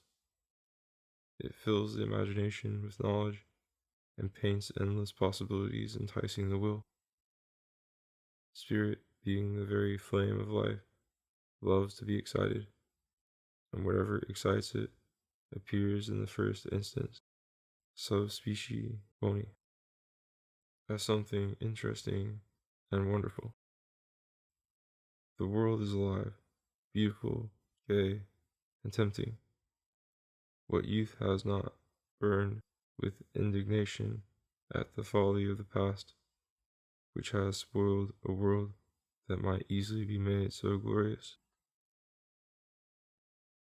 When later he finds that the world has again taken a wrong turn, or that his own hopes were misguided, or that at its best the world crushes in him something dearer than any world, the war has passed into the conscience. The court that was to pronounce sentence has become a babel of quarreling voices. This fate overtakes the spirit for having admitted the world into its councils. The world is well enough in its own sphere, being a part of the great cosmos and a natural complication there. Yet it is very old and exasperatingly stubborn in its old ways. The freshness of each spring, when spirit stirs anew over the earth, covers its surface with loveliness without changing its substance or breaking its cyclical habits. Such was not the world that each young soul prefigured, being enraptured less by what it saw than by what it felt the capacity to see. Nor was this feeling spiritually deceptive, only that the object offering itself in each case was inadequate, worth observing but not worth serving. Its incorrigible inertia and endless battles put this world where it belongs, seen in its place and banished from the heart. It ceases to be an enemy. It is an accident, like our brief lives in it, like any game or any aspect of nature. We may safely love it when we know it to be unimportant. Honor makes us amateurs on the stage, and not professionals. With that proviso, the zest of life is as becoming as it is innocent. Even war, since there must be wars, is an inspiring thing. In animal strife, the whole psyche inevitably conspires to defend the body or to pursue the prey, and by the same natural necessity, the young patriot or soldier glows with the concentrated ardor of action and hope shared with his comrades until every obstacle is cleared away. Nature levies this tax and gives this reward. It was not spirit that established the earth, or divided it, or caused the tribes to multiply and feuds to rise between them. But the task once set, heroism and martyrdom are easy for the spirit carried forward by the social will, and the larger the field, the nobler seems the ambition. The work once accomplished, the instrument has done its duty, and death has no terrors for a pure spirit that in enacting each life at once rekindles and forgets its own light. Thus, in the midst of labor and war, in the worst conflicts of life with matter and of life with life, the spirit is able to rise clear and to attain perfect freedom in art or in heroism.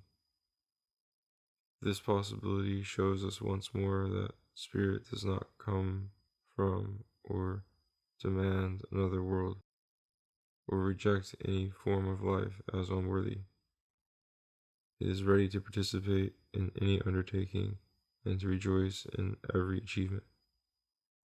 What it requires is form, distinctness in that action, so that there may be intuition of its character and of its field. And this intuition, in turn, cannot attain distinctness, and form cannot become what it aspires to be, unless there is an approach to wholeness in the movement that produces it.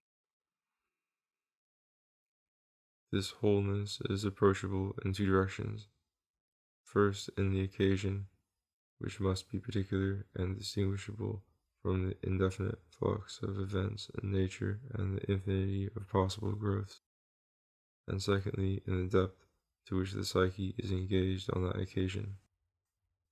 For perfect intuition, for utter wholeness and simplicity of spirit, the psyche must be engaged in its entirety, as when the martyr sacrifices his life, or the poet puts his whole soul into his work.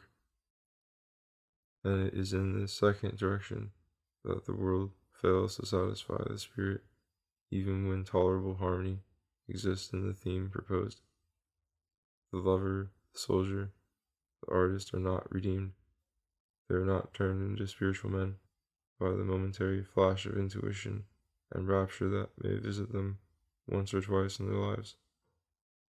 Nor is it the criminality of the passions concerned that prevents the spirit from accepting them. It does accept them and raises them to a lyric actuality, which is as truly spiritual as anything can be. But they betray this inspiration. They become instantly entangled in all sorts of cares, crimes, trivialities, and dullness. The hero, if his life is saved, becomes a commonplace man. The lover takes to drink. The reformer begins to worry about his income. The poet about publishers and reviewers. And the spirit that seemed for a moment to have found a human home is turned out again into the wilderness. Lack of psychic depth also renders unspiritual those social interests which might seem most superior, such as politics, philanthropy, religion, and science. As they dawn in the mind, these interests are spiritual. Enthusiasm for an idea or a theory, pious wonder at a story, as in the religion of a child. But soon, in contact with the world, such sentiments lose their innocence. Our charming theory is contradicted by the facts, or by other theories. We fall out of humor with thought, or plunge into controversy, where vision daily grows less and less, and prejudice more and more. And as for the history of spirit in religion, if it were ever written, it would make a sad book. In the spellbound child, in Leopardi's shepherd addressing the moon, and other shepherds and sailors inventing nymphs and sirens and gods of the winds, imagination was liberal. It was poetry touched with wonder and divination. There was recognition of inscrutable power in things. There was spontaneous vivid intuition, and there were deep stirrings of sympathy between the wonders of nature and the fate of the soul.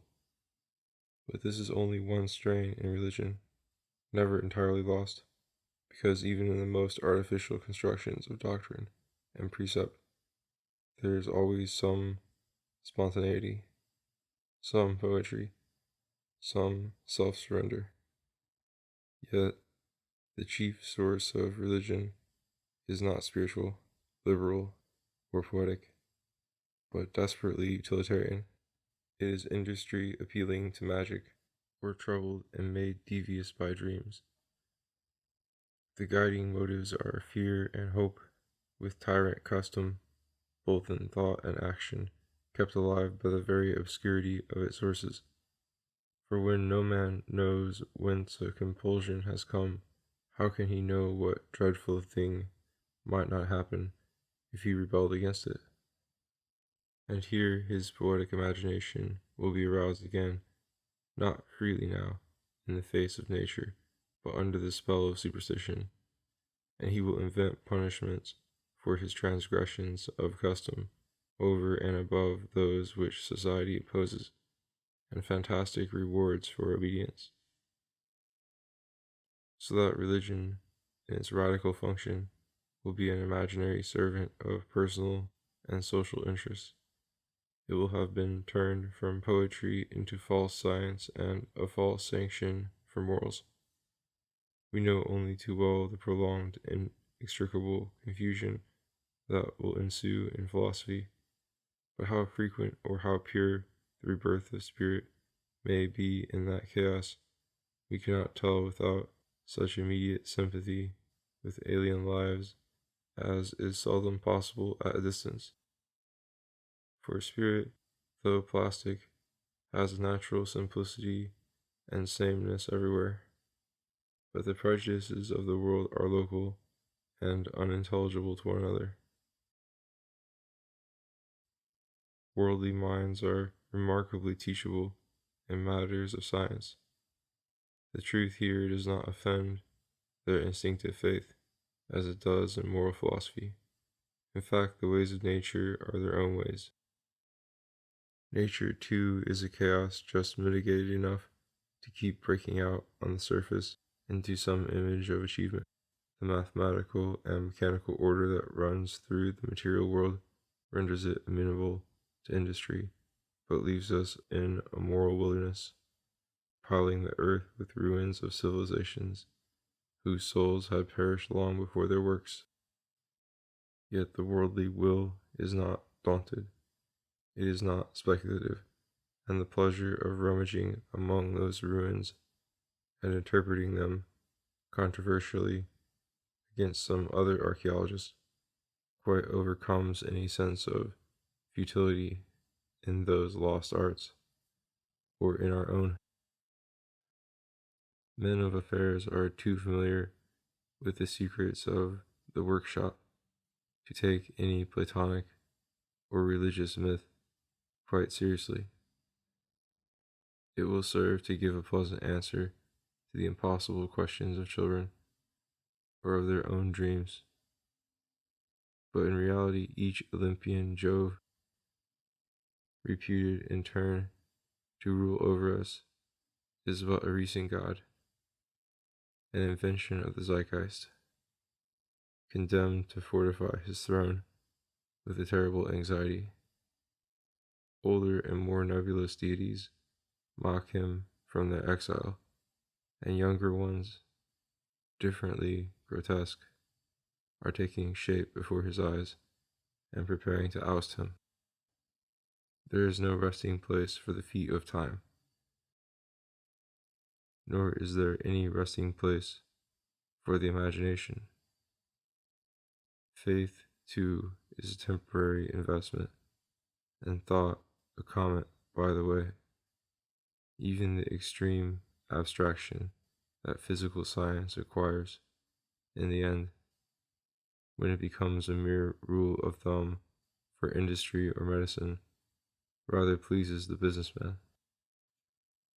What is knowledge, after all, but a good servant to his ambition or to his comfort? It pledges him to nothing. He can give his orders and smoke his excellent cigar with the calm sense that there is nothing in the world better than what he does, or truer than what he thinks.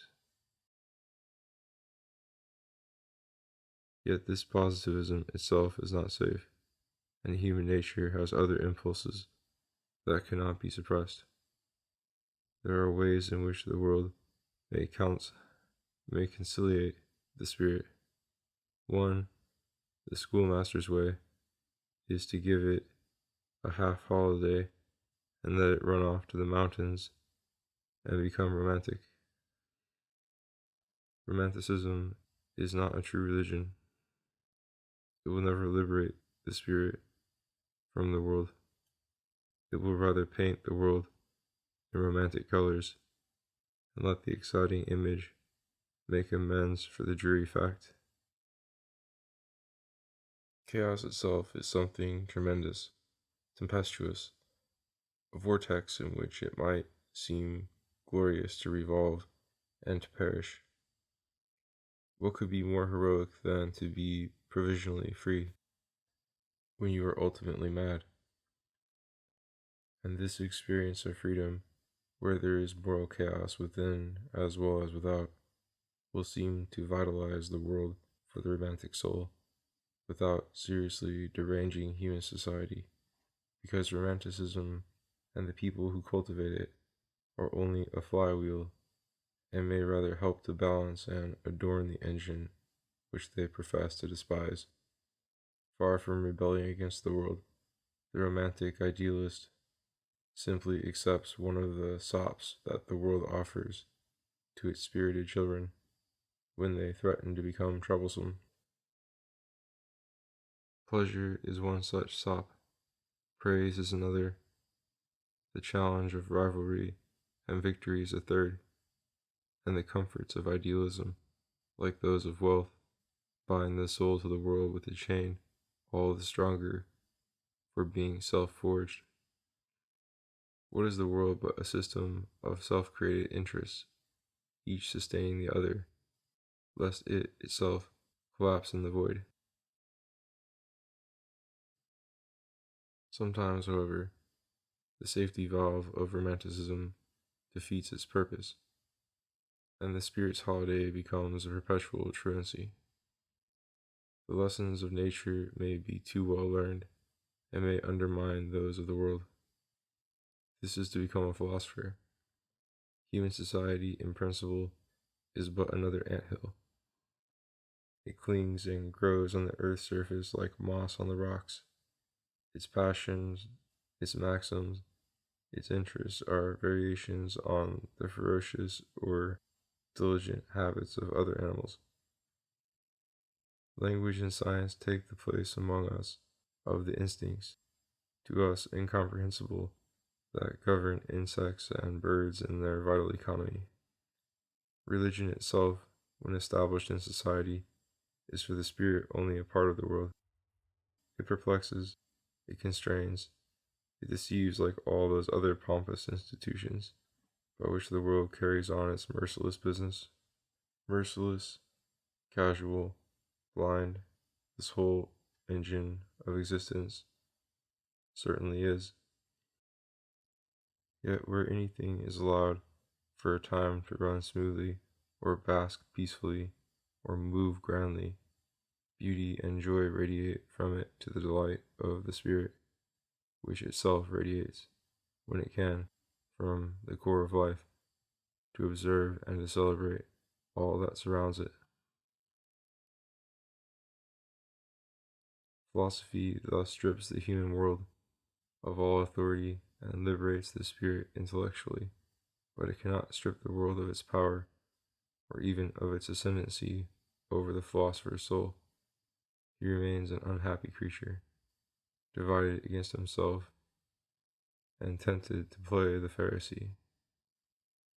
For in his theoretical pose, he professes to dominate the world and benevolently to criticize it, while in his life and person he is hardly less subject than other men to every worldly requirement, vice, and affectation. And in him, this domination of the flesh and the world over the spirit seems less excusable than in simple, honest people, in whom it may be positively amiable and a part of the comedy of existence. So it might be in the philosopher too, if he were frank enough to laugh at himself. For he should never forget that intuition is a surface phenomenon in the psyche, extremely mobile and usually incomplete, a play of images and feelings lost in passing and leaving only a general sense of being alive in the world, with fixed habits of language and action to vindicate one's personal identity. Distraction itself is hardly felt as an evil in daily life. Interruptions rather enliven us, and we are never happier than when we brush away all reflection and turn to something new. There is a blessed poverty, even of the heart. It can be robbed of nothing if it possesses nothing. But the animal soul is eminently tenacious, and it communicates this tenacity to the spirit when mental life has become predominant. A certain degree of definition and method are then established in our ideas and aspirations. Irrelevant matters, contradictions, fatigue can then oppress the spirit with a sense of defeat, and distraction becomes a conscious evil.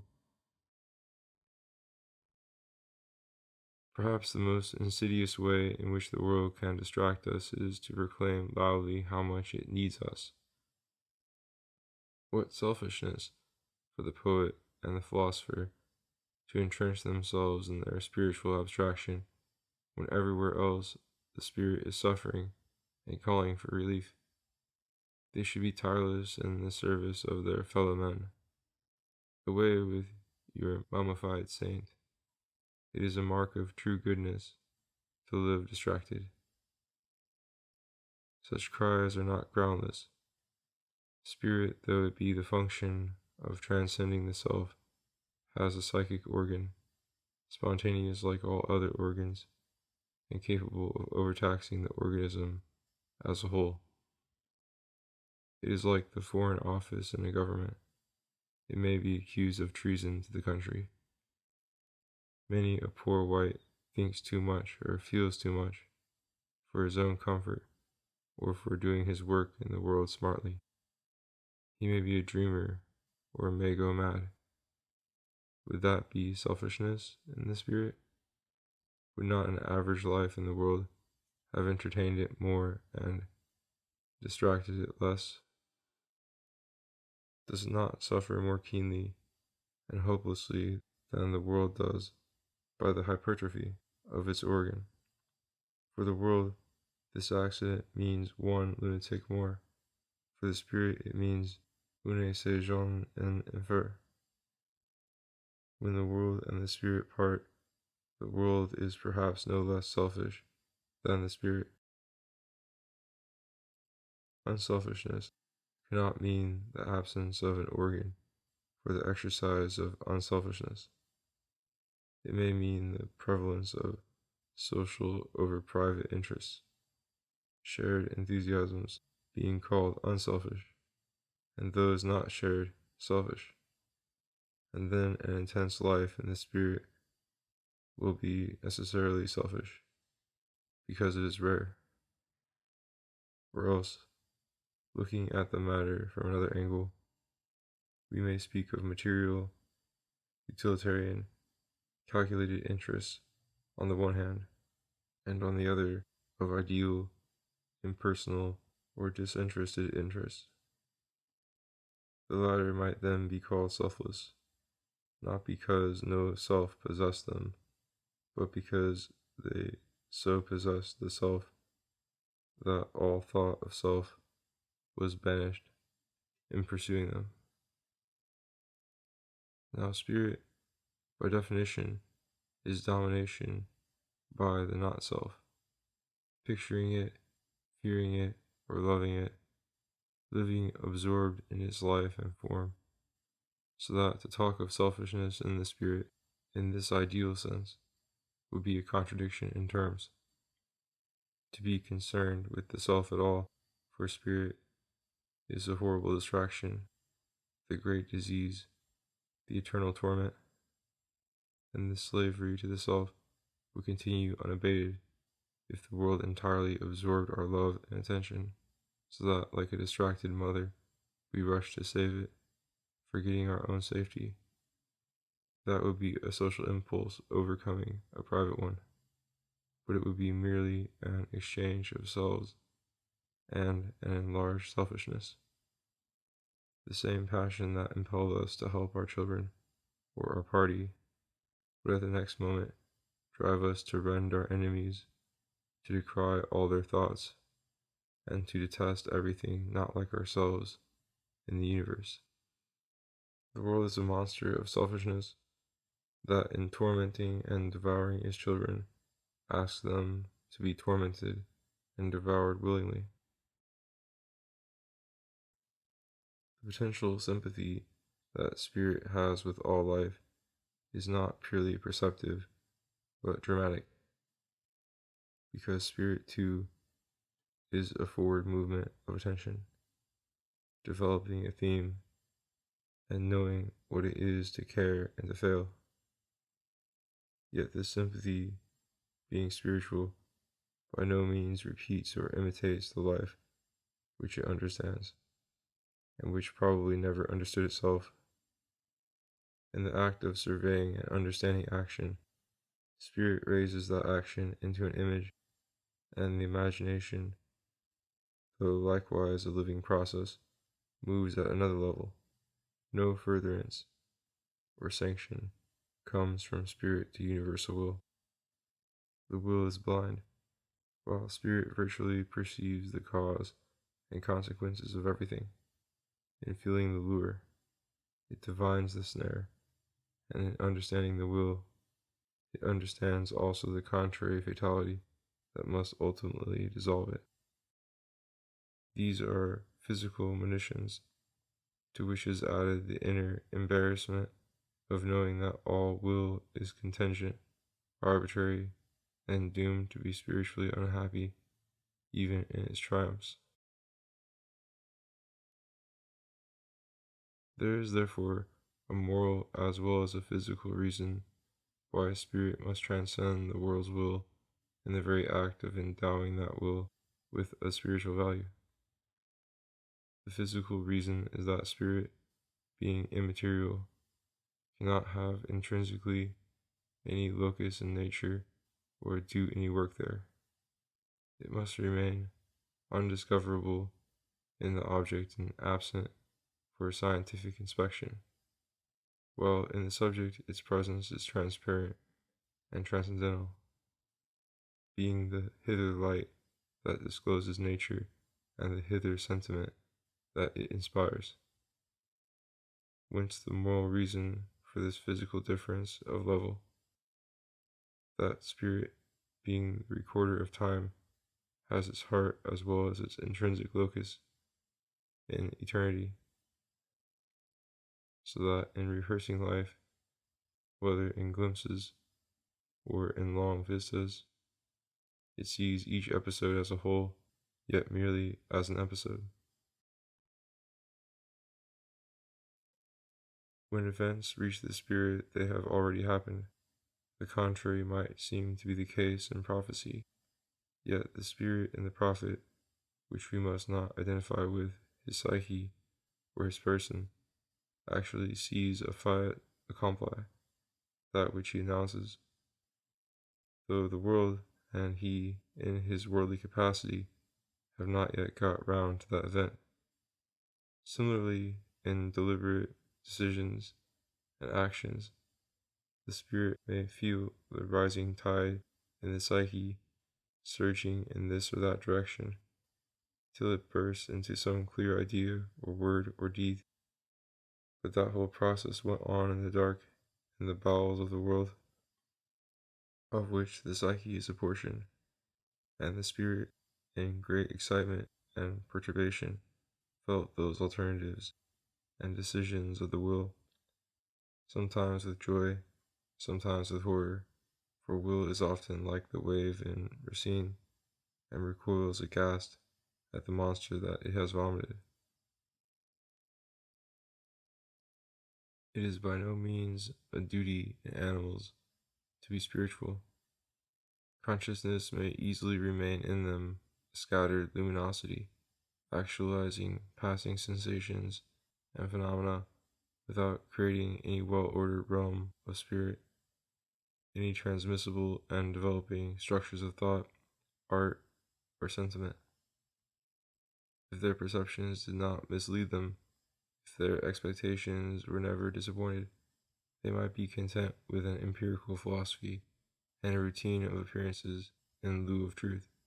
If such a round of images cannot satisfy mankind, the reason is not that life without a vision of truth would be essentially ignominious. It would be ignominious only to a free spirit, to an active intelligence. But if there were no suffering, the disjointed and frivolous perceptions of a passive dream might be perfectly sufficient. Human empiricists are condemned to find experience often unpleasant, surprising, or intolerable, and then their instinct, being wiser than their literary philosophy, looks for a reason, finds it, or imagines what it might be. Thereby intellect in them awakes from its passive slumber and pauses behind the miscellany of experience, a realm of matter and a realm of truth, pathos, mathos. The rebuffs that spirit suffers convince it that it was created and that power and truth confront it from outside.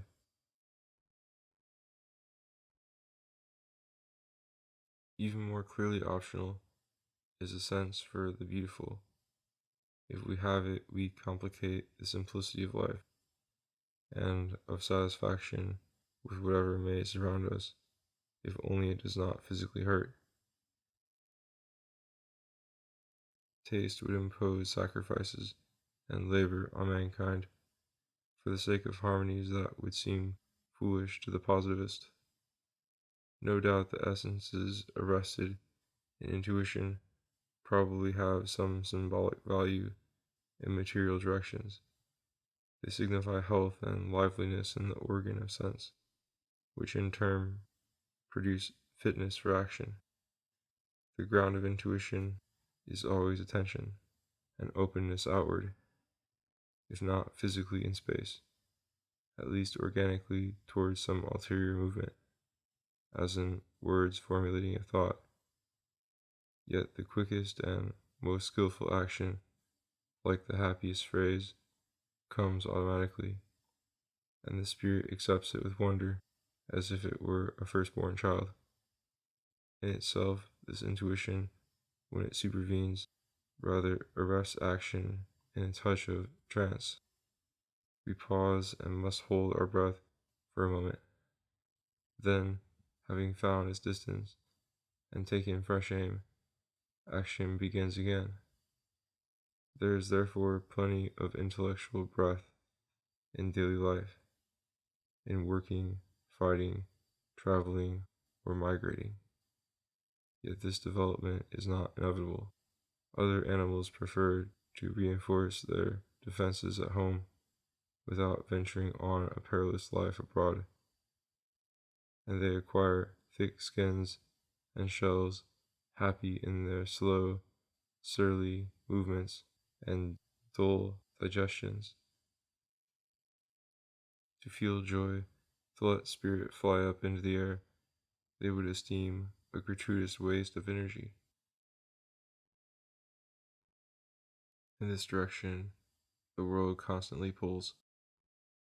It regards spirit with suspicion, keeps it in leash, and would gladly establish behaviorism in philosophy, and in fact abolish spirit altogether. It fails in this because the organism of the individual is natural and has a psyche, while the organization of the world is mechanical and is not transmitted by seeds over death and birth, but by an external heritage of dead instruments, such as books and tools, with compulsory lessons in using them.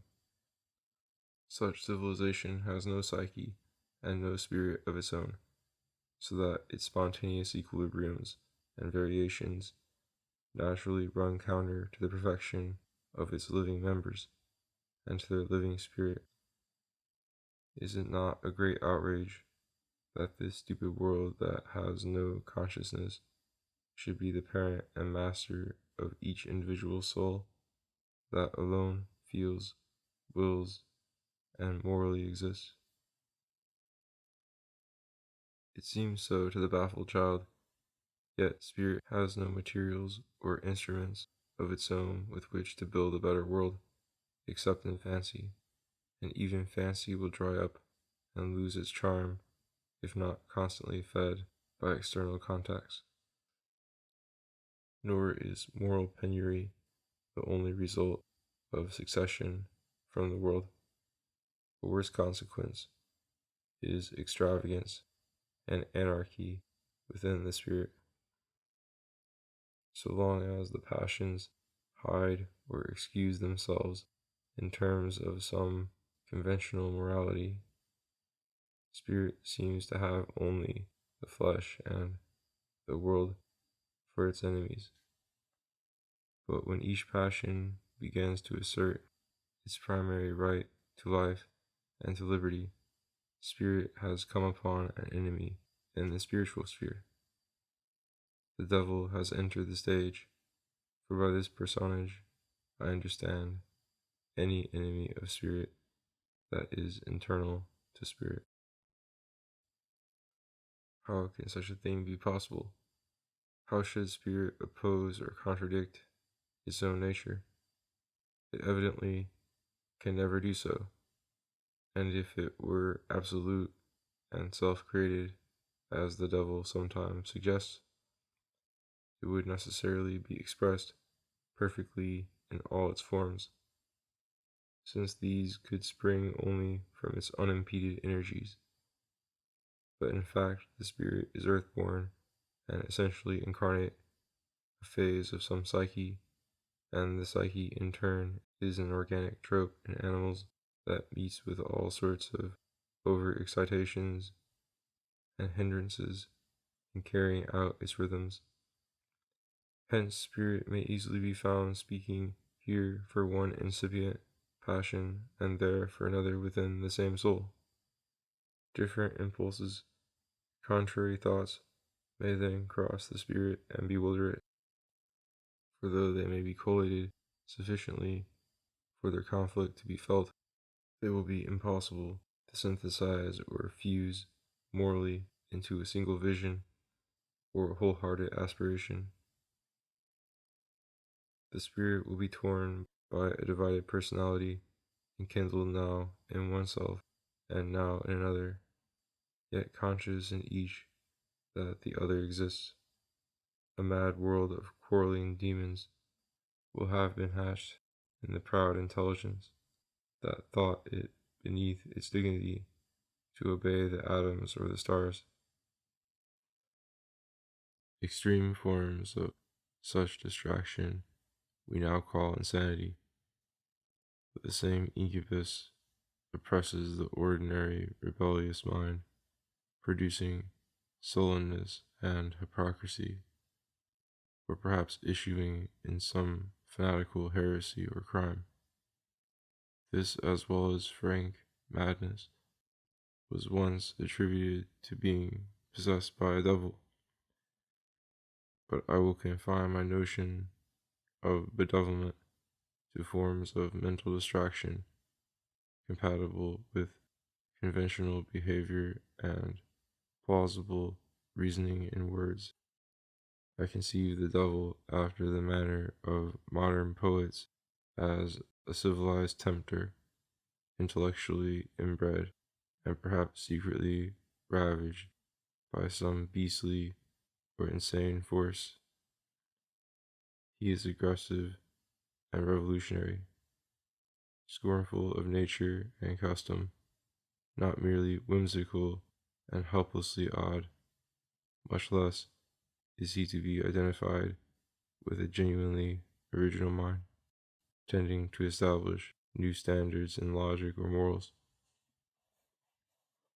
This might honestly mark the inception of a new type of human nature, perhaps as admissible as the old. The nerve of bedevilment is that it renders any harmony impossible, either within a man or between man and nature. It is a rebellion of spirit against the sources of spirit, an attempt to be intelligent without docility, spiritual without piety, and victorious without self-surrender. There is nothing devilish in the formation of moral psyches,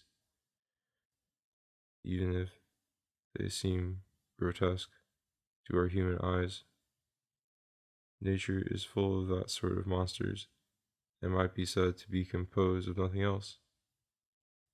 The devilishness of Caliban or an Iago, of a Lucifer or a Mephistopheles, presupposes a normal psyche deranged, the higher faculties having reversed their function and become sycophants to the lower, girls having declared themselves independent in an insane ambition to live by themselves.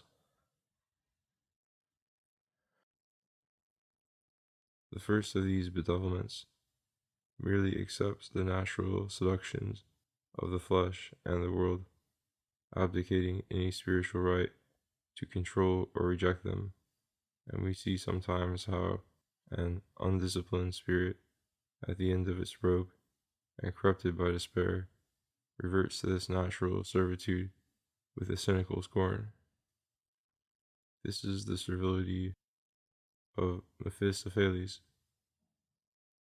But normally, spiritual experience, as it grows clearer, seems to widen the gulf between the transcendental witness and the spectacle, between the victim and his predicaments, until the innate claims and dignity of the spirit assert themselves as rights against an even infinite pressure of facts and circumstances.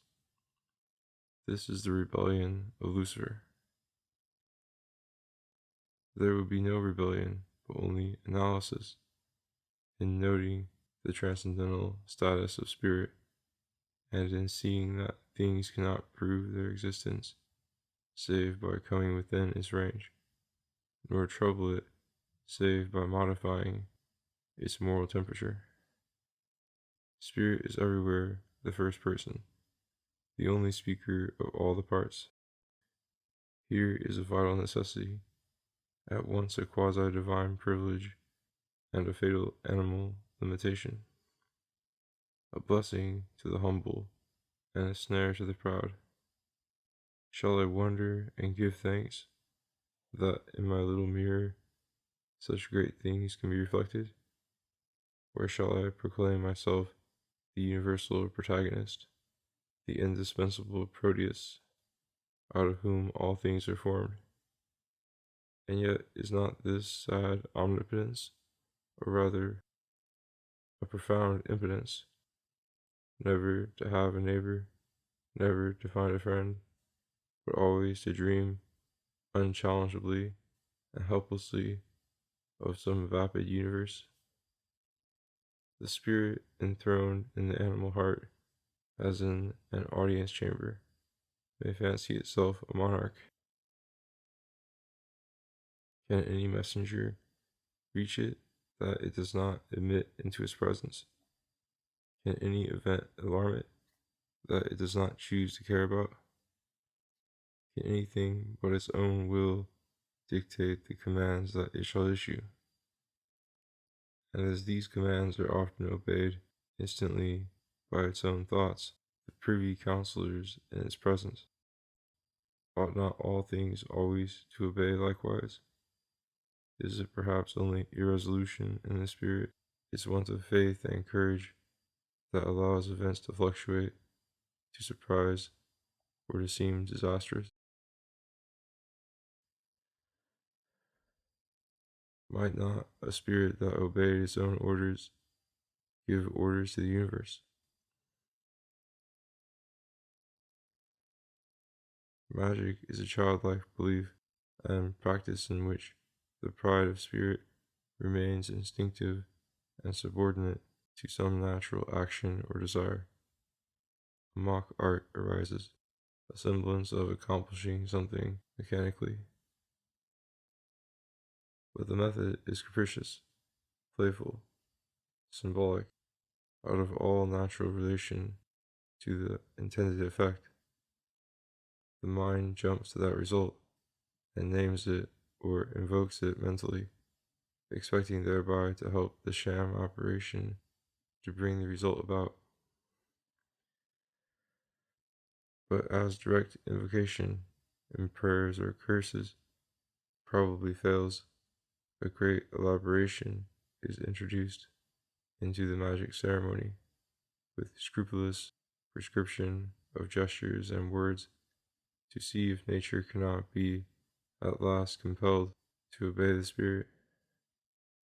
Soon these prescribed magical methods form a new code of compulsions, a second mechanical world in which spirit is imprisoned. Instruments here, as in genuine physical arts, still absorb attention and obscure or defeat their supposed purpose, so that nothing will be gained by magic towards liberating the spirit.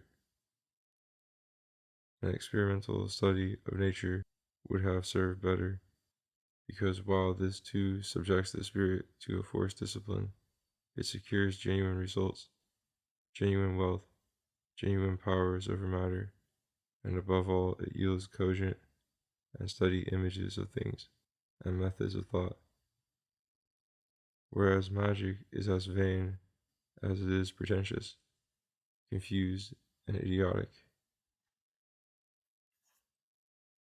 Magic and madness, battling with the non-existent, find a check at last in the existent, because they waste energy and in the end are self-destructive.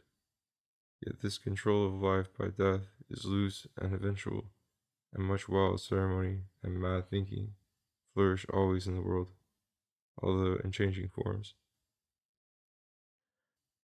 Dreams, contagious ambitions, arts, and religions sweep over the imagination and fatigue it. These things have a spiritual air. They are spontaneous. They suspend meaner human entanglements and show us how easy it is, if we have a little courage, to flout the whole mirage of worldly, legal, scientific conventions. Yet in freeing us from that vast public net, these enthusiasms catch us in little private spiders' webs, even more strangling. By giving way to mystic or religious passion, we do not correct the folly only too natural to all life. We merely exchange many excusable vanities for a single inexcusable one. At least, common life, in its drudgery, has its kindly, comforting, and humorous sides, whereas consecrated wretchedness is wretchedness indeed, and we might say of the spirit what Aristotle says of the state, that of bad governments, democracy is the least pernicious.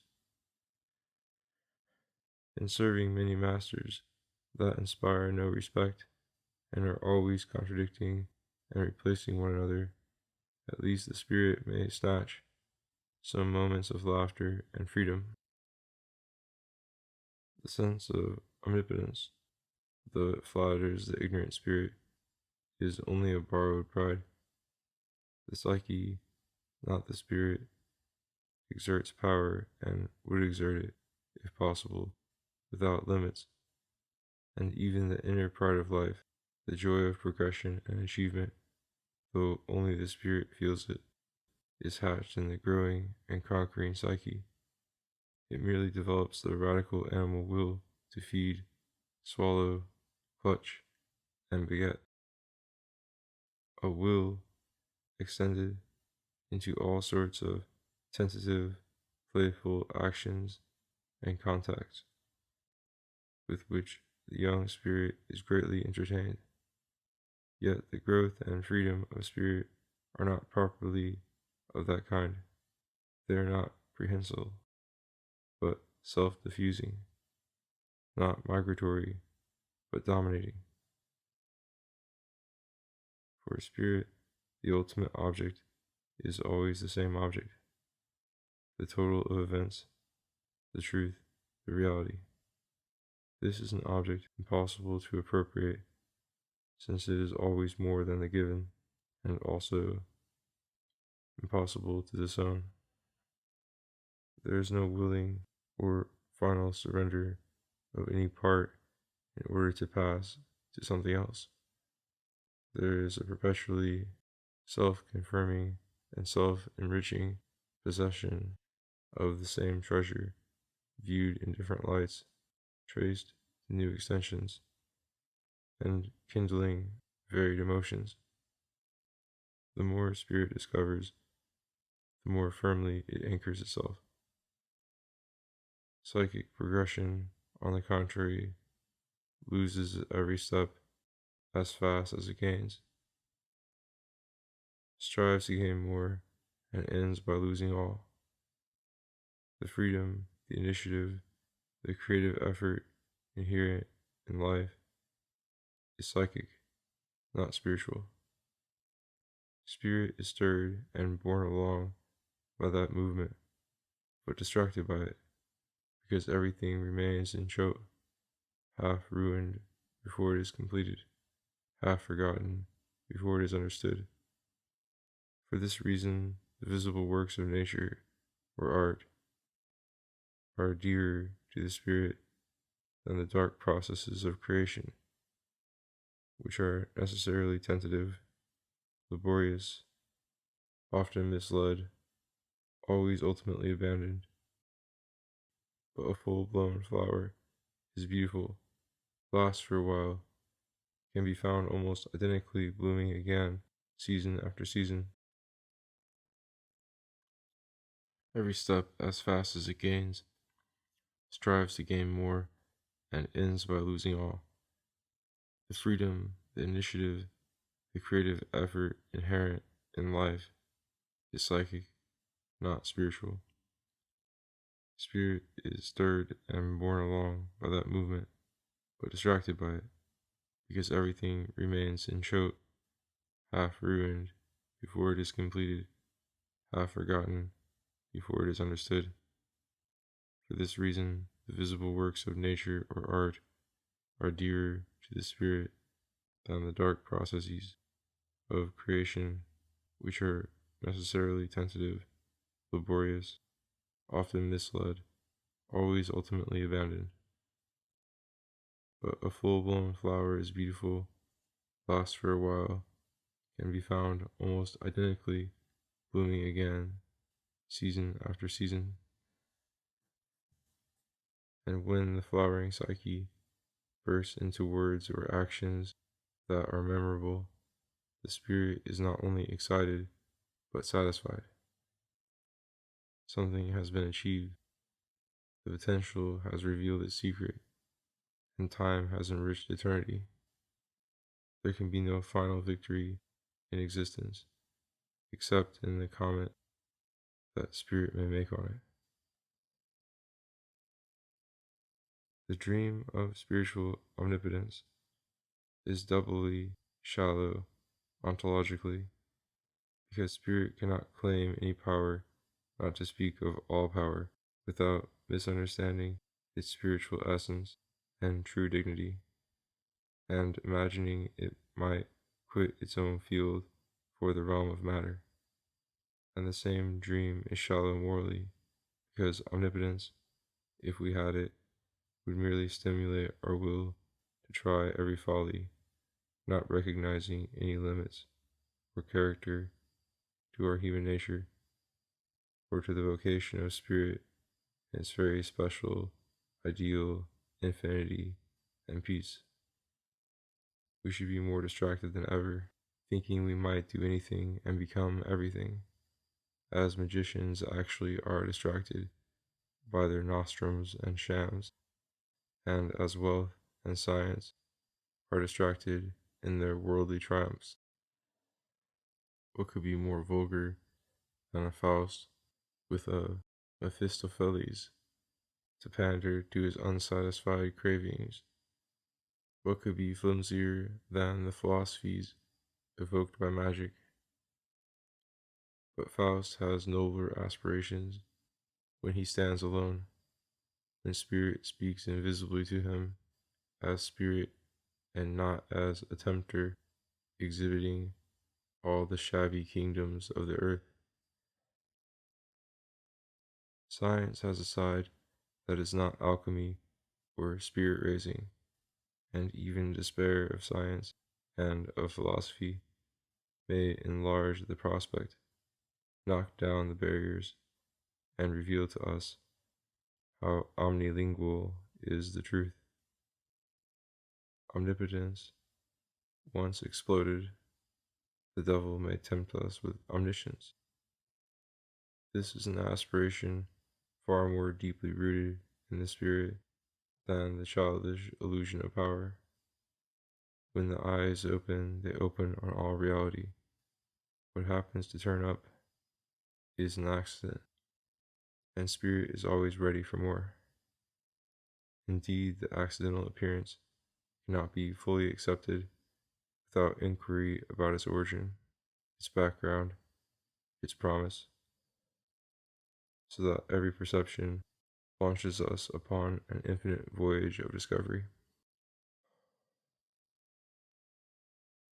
Now, the love of knowledge belongs to the essence of spirit, far from being, as Baconian pragmatism would have it, a love of power.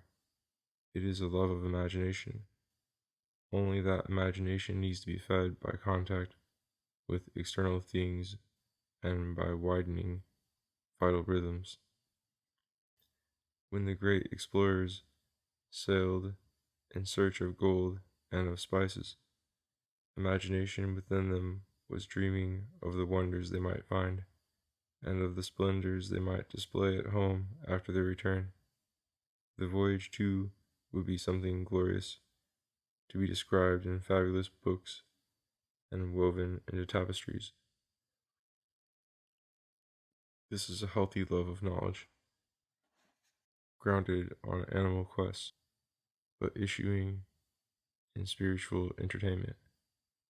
Had the world turned out to be very small and handy, and the science of it as simple as it seemed to Descartes, spirit would have suffered no disappointment. There would have been more than matter enough for all the wit of man. Perhaps the environing blank would have positively helped to frame in the picture and make it easier for a religion of the heart to understand and envelop existence. There is a snare, however, in the very essence of knowledge, in that it has to be a form of faith, and faith is something psychic rather than spiritual, an expectation and hope addressed to things not seen, because they would match potentialities in the soul.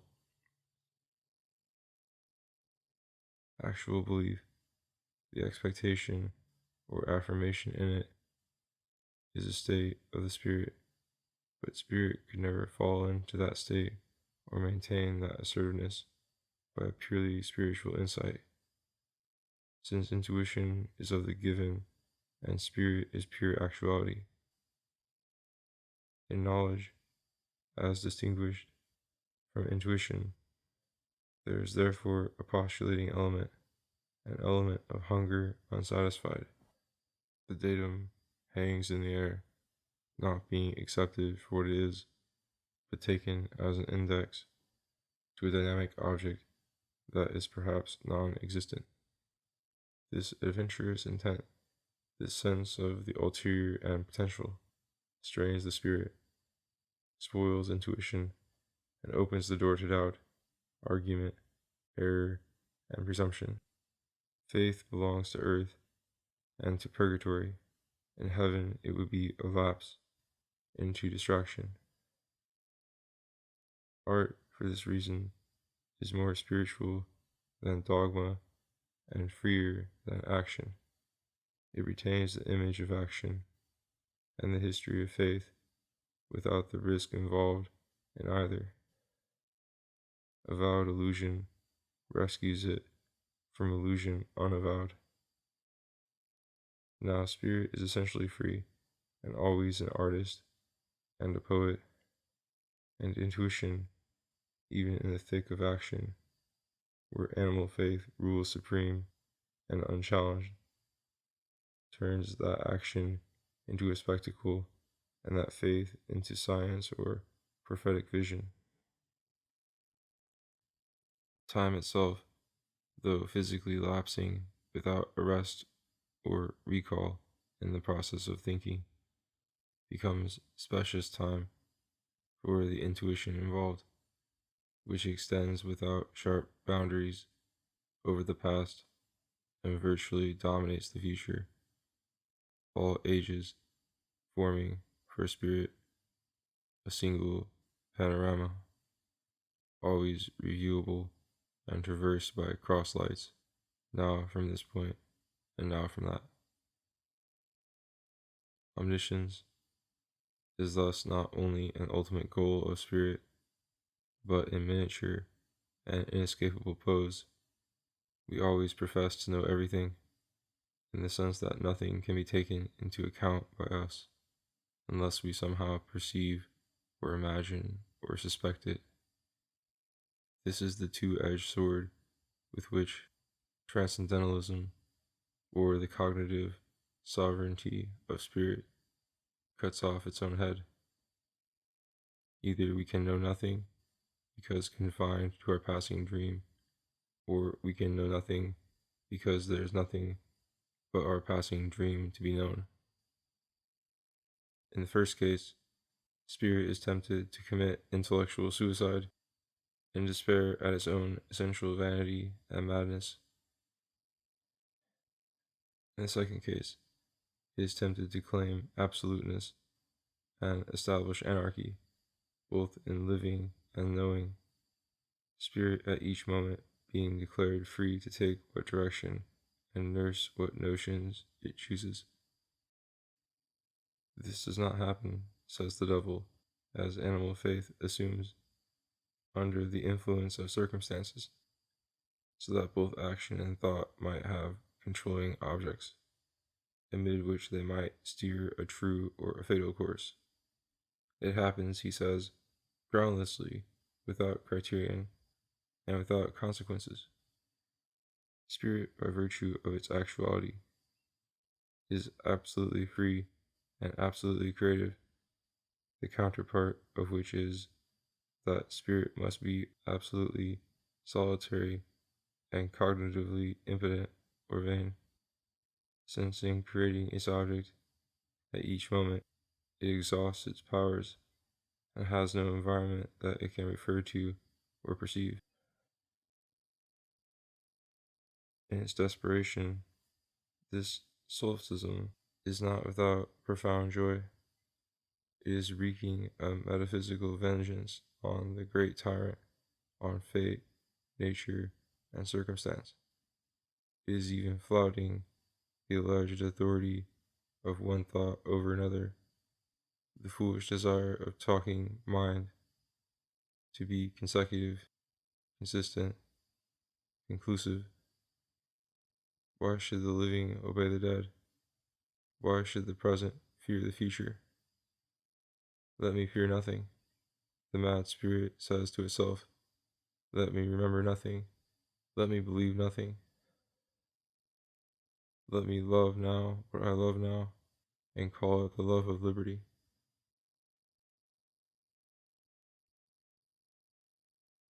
Here we see spirit denying its source and divorcing itself from piety. Piety would attach spirit to nature and to the ancestral order, something contrary to the essential openness of spirit. Even if need be, in madness, spirit will assert its essential infinity. Is not matter too, in essence, infinitely plastic? Nature and law are never logically safe. Their antiquity is mere old age, their respectability limitation. Contingency signed their death warrant at their birth. The sentence may be indefinitely postponed.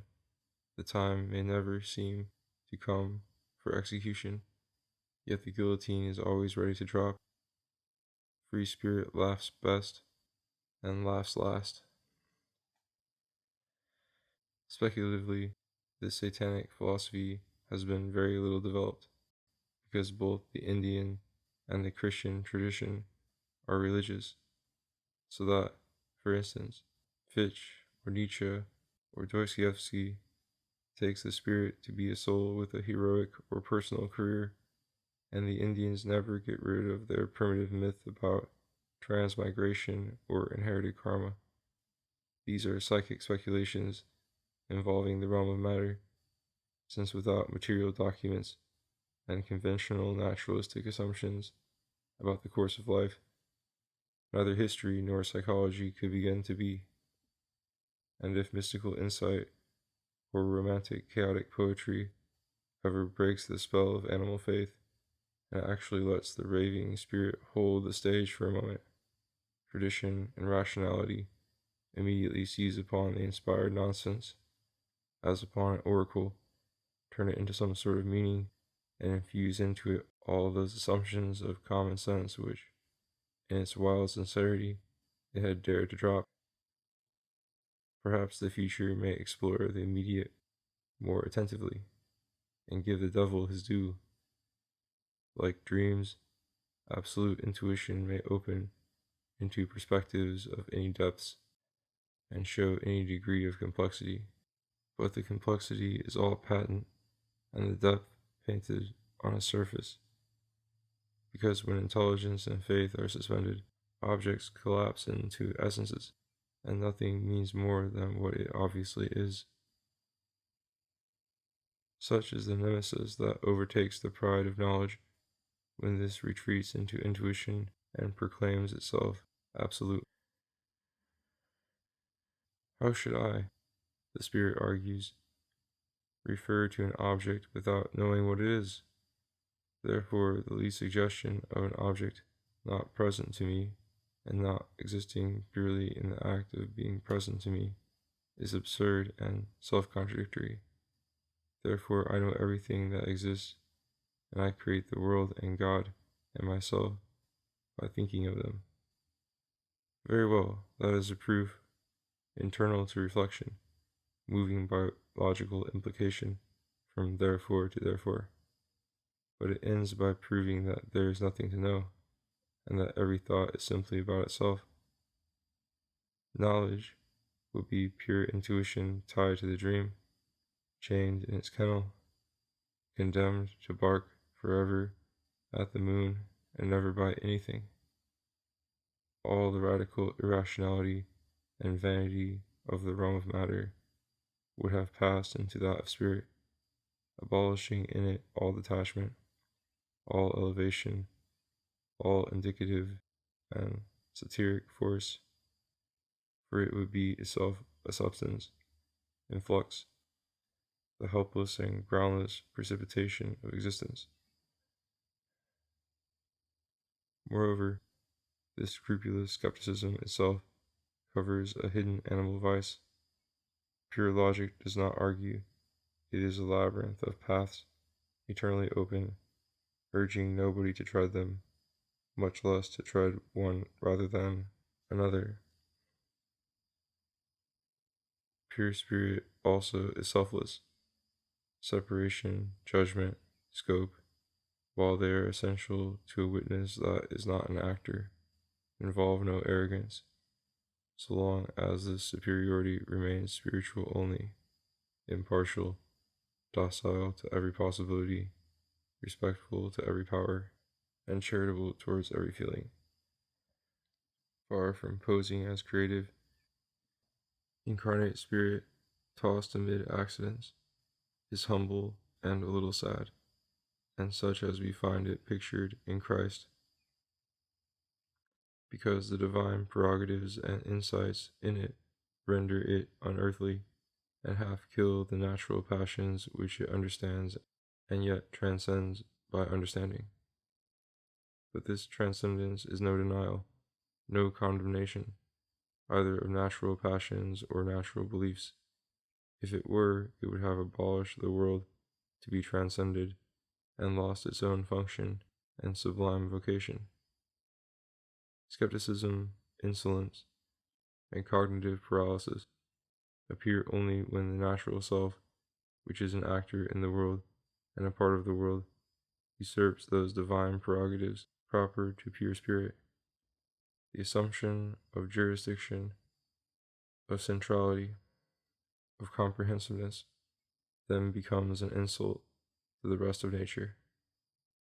Spirituality has become egotism, and the ego, full of natural pride and jealousy, begins to assert itself defiantly, arguing the absolute freedom of some natural impulse in the self, not because the impulse is natural, as all impulses must be, nor because it is rational, as probably it is not, but because this impulse is mine, because it exists, because nothing else can abolish its right to be as it is. But in reality, this self, this psyche, is natural and precarious growth in the heart of nature, the creature and sport of circumstances. Any separation or superiority assumed by it is a lie, and this lie will displace and corrupt those spiritual prerogatives which belong to consciousness. The spirit awakes in the animal soul and begins to conceive the world in which it has come to live. Such is the odious parody and corruption of divinity we see in all willful egotism, be it in a man, in a nation, or in a philosophy.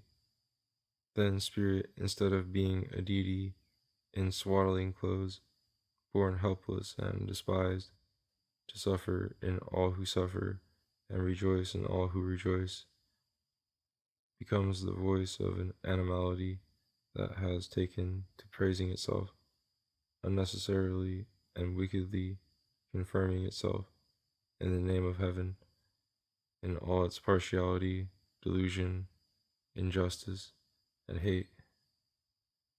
Universal will is inevitably self-contradictory and criminal, because it pursues anything and everything for which there is the least opening, and this in a seething and limited realm of matter where hardly any impulse can be followed without running up against another impulse, and in the collision defeating them both.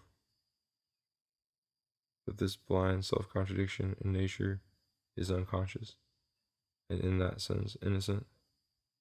By contradiction, it advances until it begins to see, and when it has created spirit, it contradicts itself again.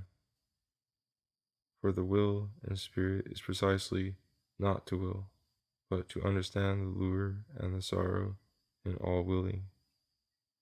Therefore, the specific will in the spirit becomes in turn distracted whenever spirit identifies itself with any one creature or any one impulse rather than with another, and thus lends a blasphemously divine authority to a bestial preference.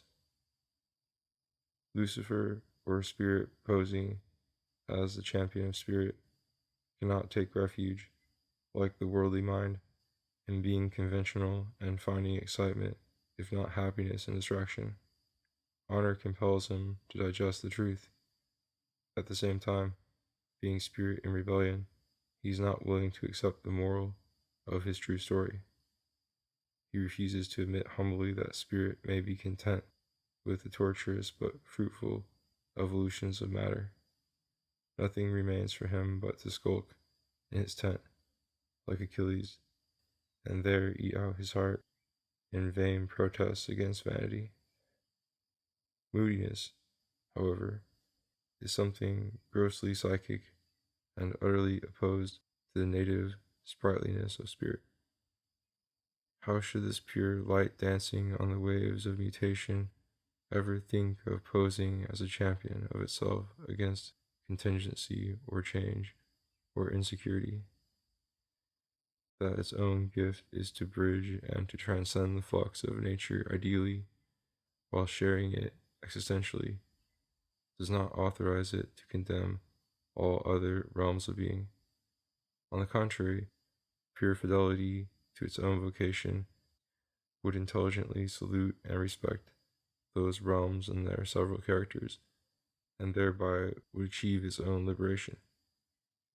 We have already seen how mutability feeds intuition and makes the very life and form of its most interesting objects, there being no greater triumph of unity and eternity than the synthesis of movement and the truth of movement. And contingency or irrationality in things is no less proper to them and acceptable to a disciplined spirit. In analyzing and comparing essences, intuition, certainly finds necessity, but this very necessity involves that the vast majority of possibles should be excluded from any given universe. This in no way derogatory either to that particular universe or to the essences it excludes. Will you blame matter for being indefinitely plastic? Will you blame fortune for having shaped this plastic substance into a series of selected forms? Are you displeased at the abstract necessity of being something specific, if you are to exist at all? Are you offended for that reason at any existence? But what could be a more contingent prejudice or a plainer mark of a particular vital bias than such insistence on deducing essence from essence and subjecting the universe to dialectic? I am afraid when the spirit mopes at the irrationality of things, it is not this inevitable irrationality or contingency in them that troubles it. Intuition is innocently happy in the simplest visions or motions or novelties. It does not first ask that light and beauty should be deducible from something else. These murmurs have an animal source. Things seem questionable when they are by chance unwelcome to a chance disposition in the psyche, and Lucifer is prompted to blame them only by a vital impatience at their inconvenience and by a private rage. That things are imperfect, that everywhere, as in the spirit itself, universal will confuses its own endeavors and spoils with the right hand what it is making with the left, certainly touches the heart with a hopeless sorrow, generous because it is a sigh at all frustration, and genuine because it is a sigh at one's own. Yet even here, the purer the spirit becomes, and the more successful in its proper task, the less absolute that universal imperfection will seem. The criterion of perfection must not be imposed from outside, on the path towards some goal which, if missed, was perhaps never really proposed. 1,000 minor things may be achieved. The path of failure is strewn with little successes, no less real to a free spirit than the alleged end, and beyond as well as within there may be perfections discernible to a plastic intuition. Nor does nature, taken as a whole, natura naturata, fail in the least to realize the form or the process selected. The failures, as the Stoics said, are not failures to her. She is victorious in all the defeats of her children. Undoubtedly, that is cold comfort to the victims. The victims are free to struggle and curse as much as they like and as long as they can. But spirit is here supposed to have liberated itself from that form of vitality. Even the successes of the psyche now interest us, not as prizes gained, but as harmonies achieved, as ideas defined, illuminated, made to shine before the spirit in all their perfection. The failures, besides failing into other harmonies in reflection, romantic, comic, pathetic, tragic, scientific, imply and reveal the beauties missed. And for the spirit, these suggested perfections are no less estimable than the others that, happening to be realized in some psyche, have attained a greater dynamic definition and emphasis, and all can bide their time. They are eternal, and perhaps a day awaits them when the spirit may not only salute them with respect from a distance, but gaze on them at will, touch, embrace, and espouse them as perfect companions in some other journey. To upbraid creation for its imperfections is therefore a piece of insolence in Lucifer. Creation has a perfection of its own, and the imperfection of the creatures, taken each in its broken career, is relative to their special wills, the inevitable risk and eventual punishment involved in finitude. It is an incurable pity, the inherent pathos of existence, that special will should so often have to be disappointed. But that is an argument for charity, not for rage.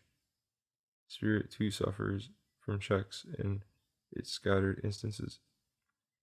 Yet with this resource, which other forms of will have not, that it may discern and worship many a harmony not vital to its particular psyche, but contained in some other trope, larger or more abstract or otherwise concrete, such as poetry and music and the plastic arts present to the senses, or as pure thought may trace in the realm of essence. Nor is such intuition at all cold. When the theme is not human, it has a formal perfection, capable sometimes of entrancing, and when the theme is human or moral, charity vivifies it in a chastened mind, with feelings perhaps deeper, if calmer, than those endured by the persons concerned, as if by our own past selves. It would be sheer perversity and doggedness to scorn this reconciliation and reflection with things that may have been intolerable in experience. The horror of them is neither denied nor justified, but it is surmounted. The psyche, which is itself a physical episode, cannot help being absorbed in passing events and things to be done or enjoyed here and now at all costs, with absolute rebellion against denial. But the spirit in turn rebels against that distraction, contemplates that necessity, and masters both as far as it can.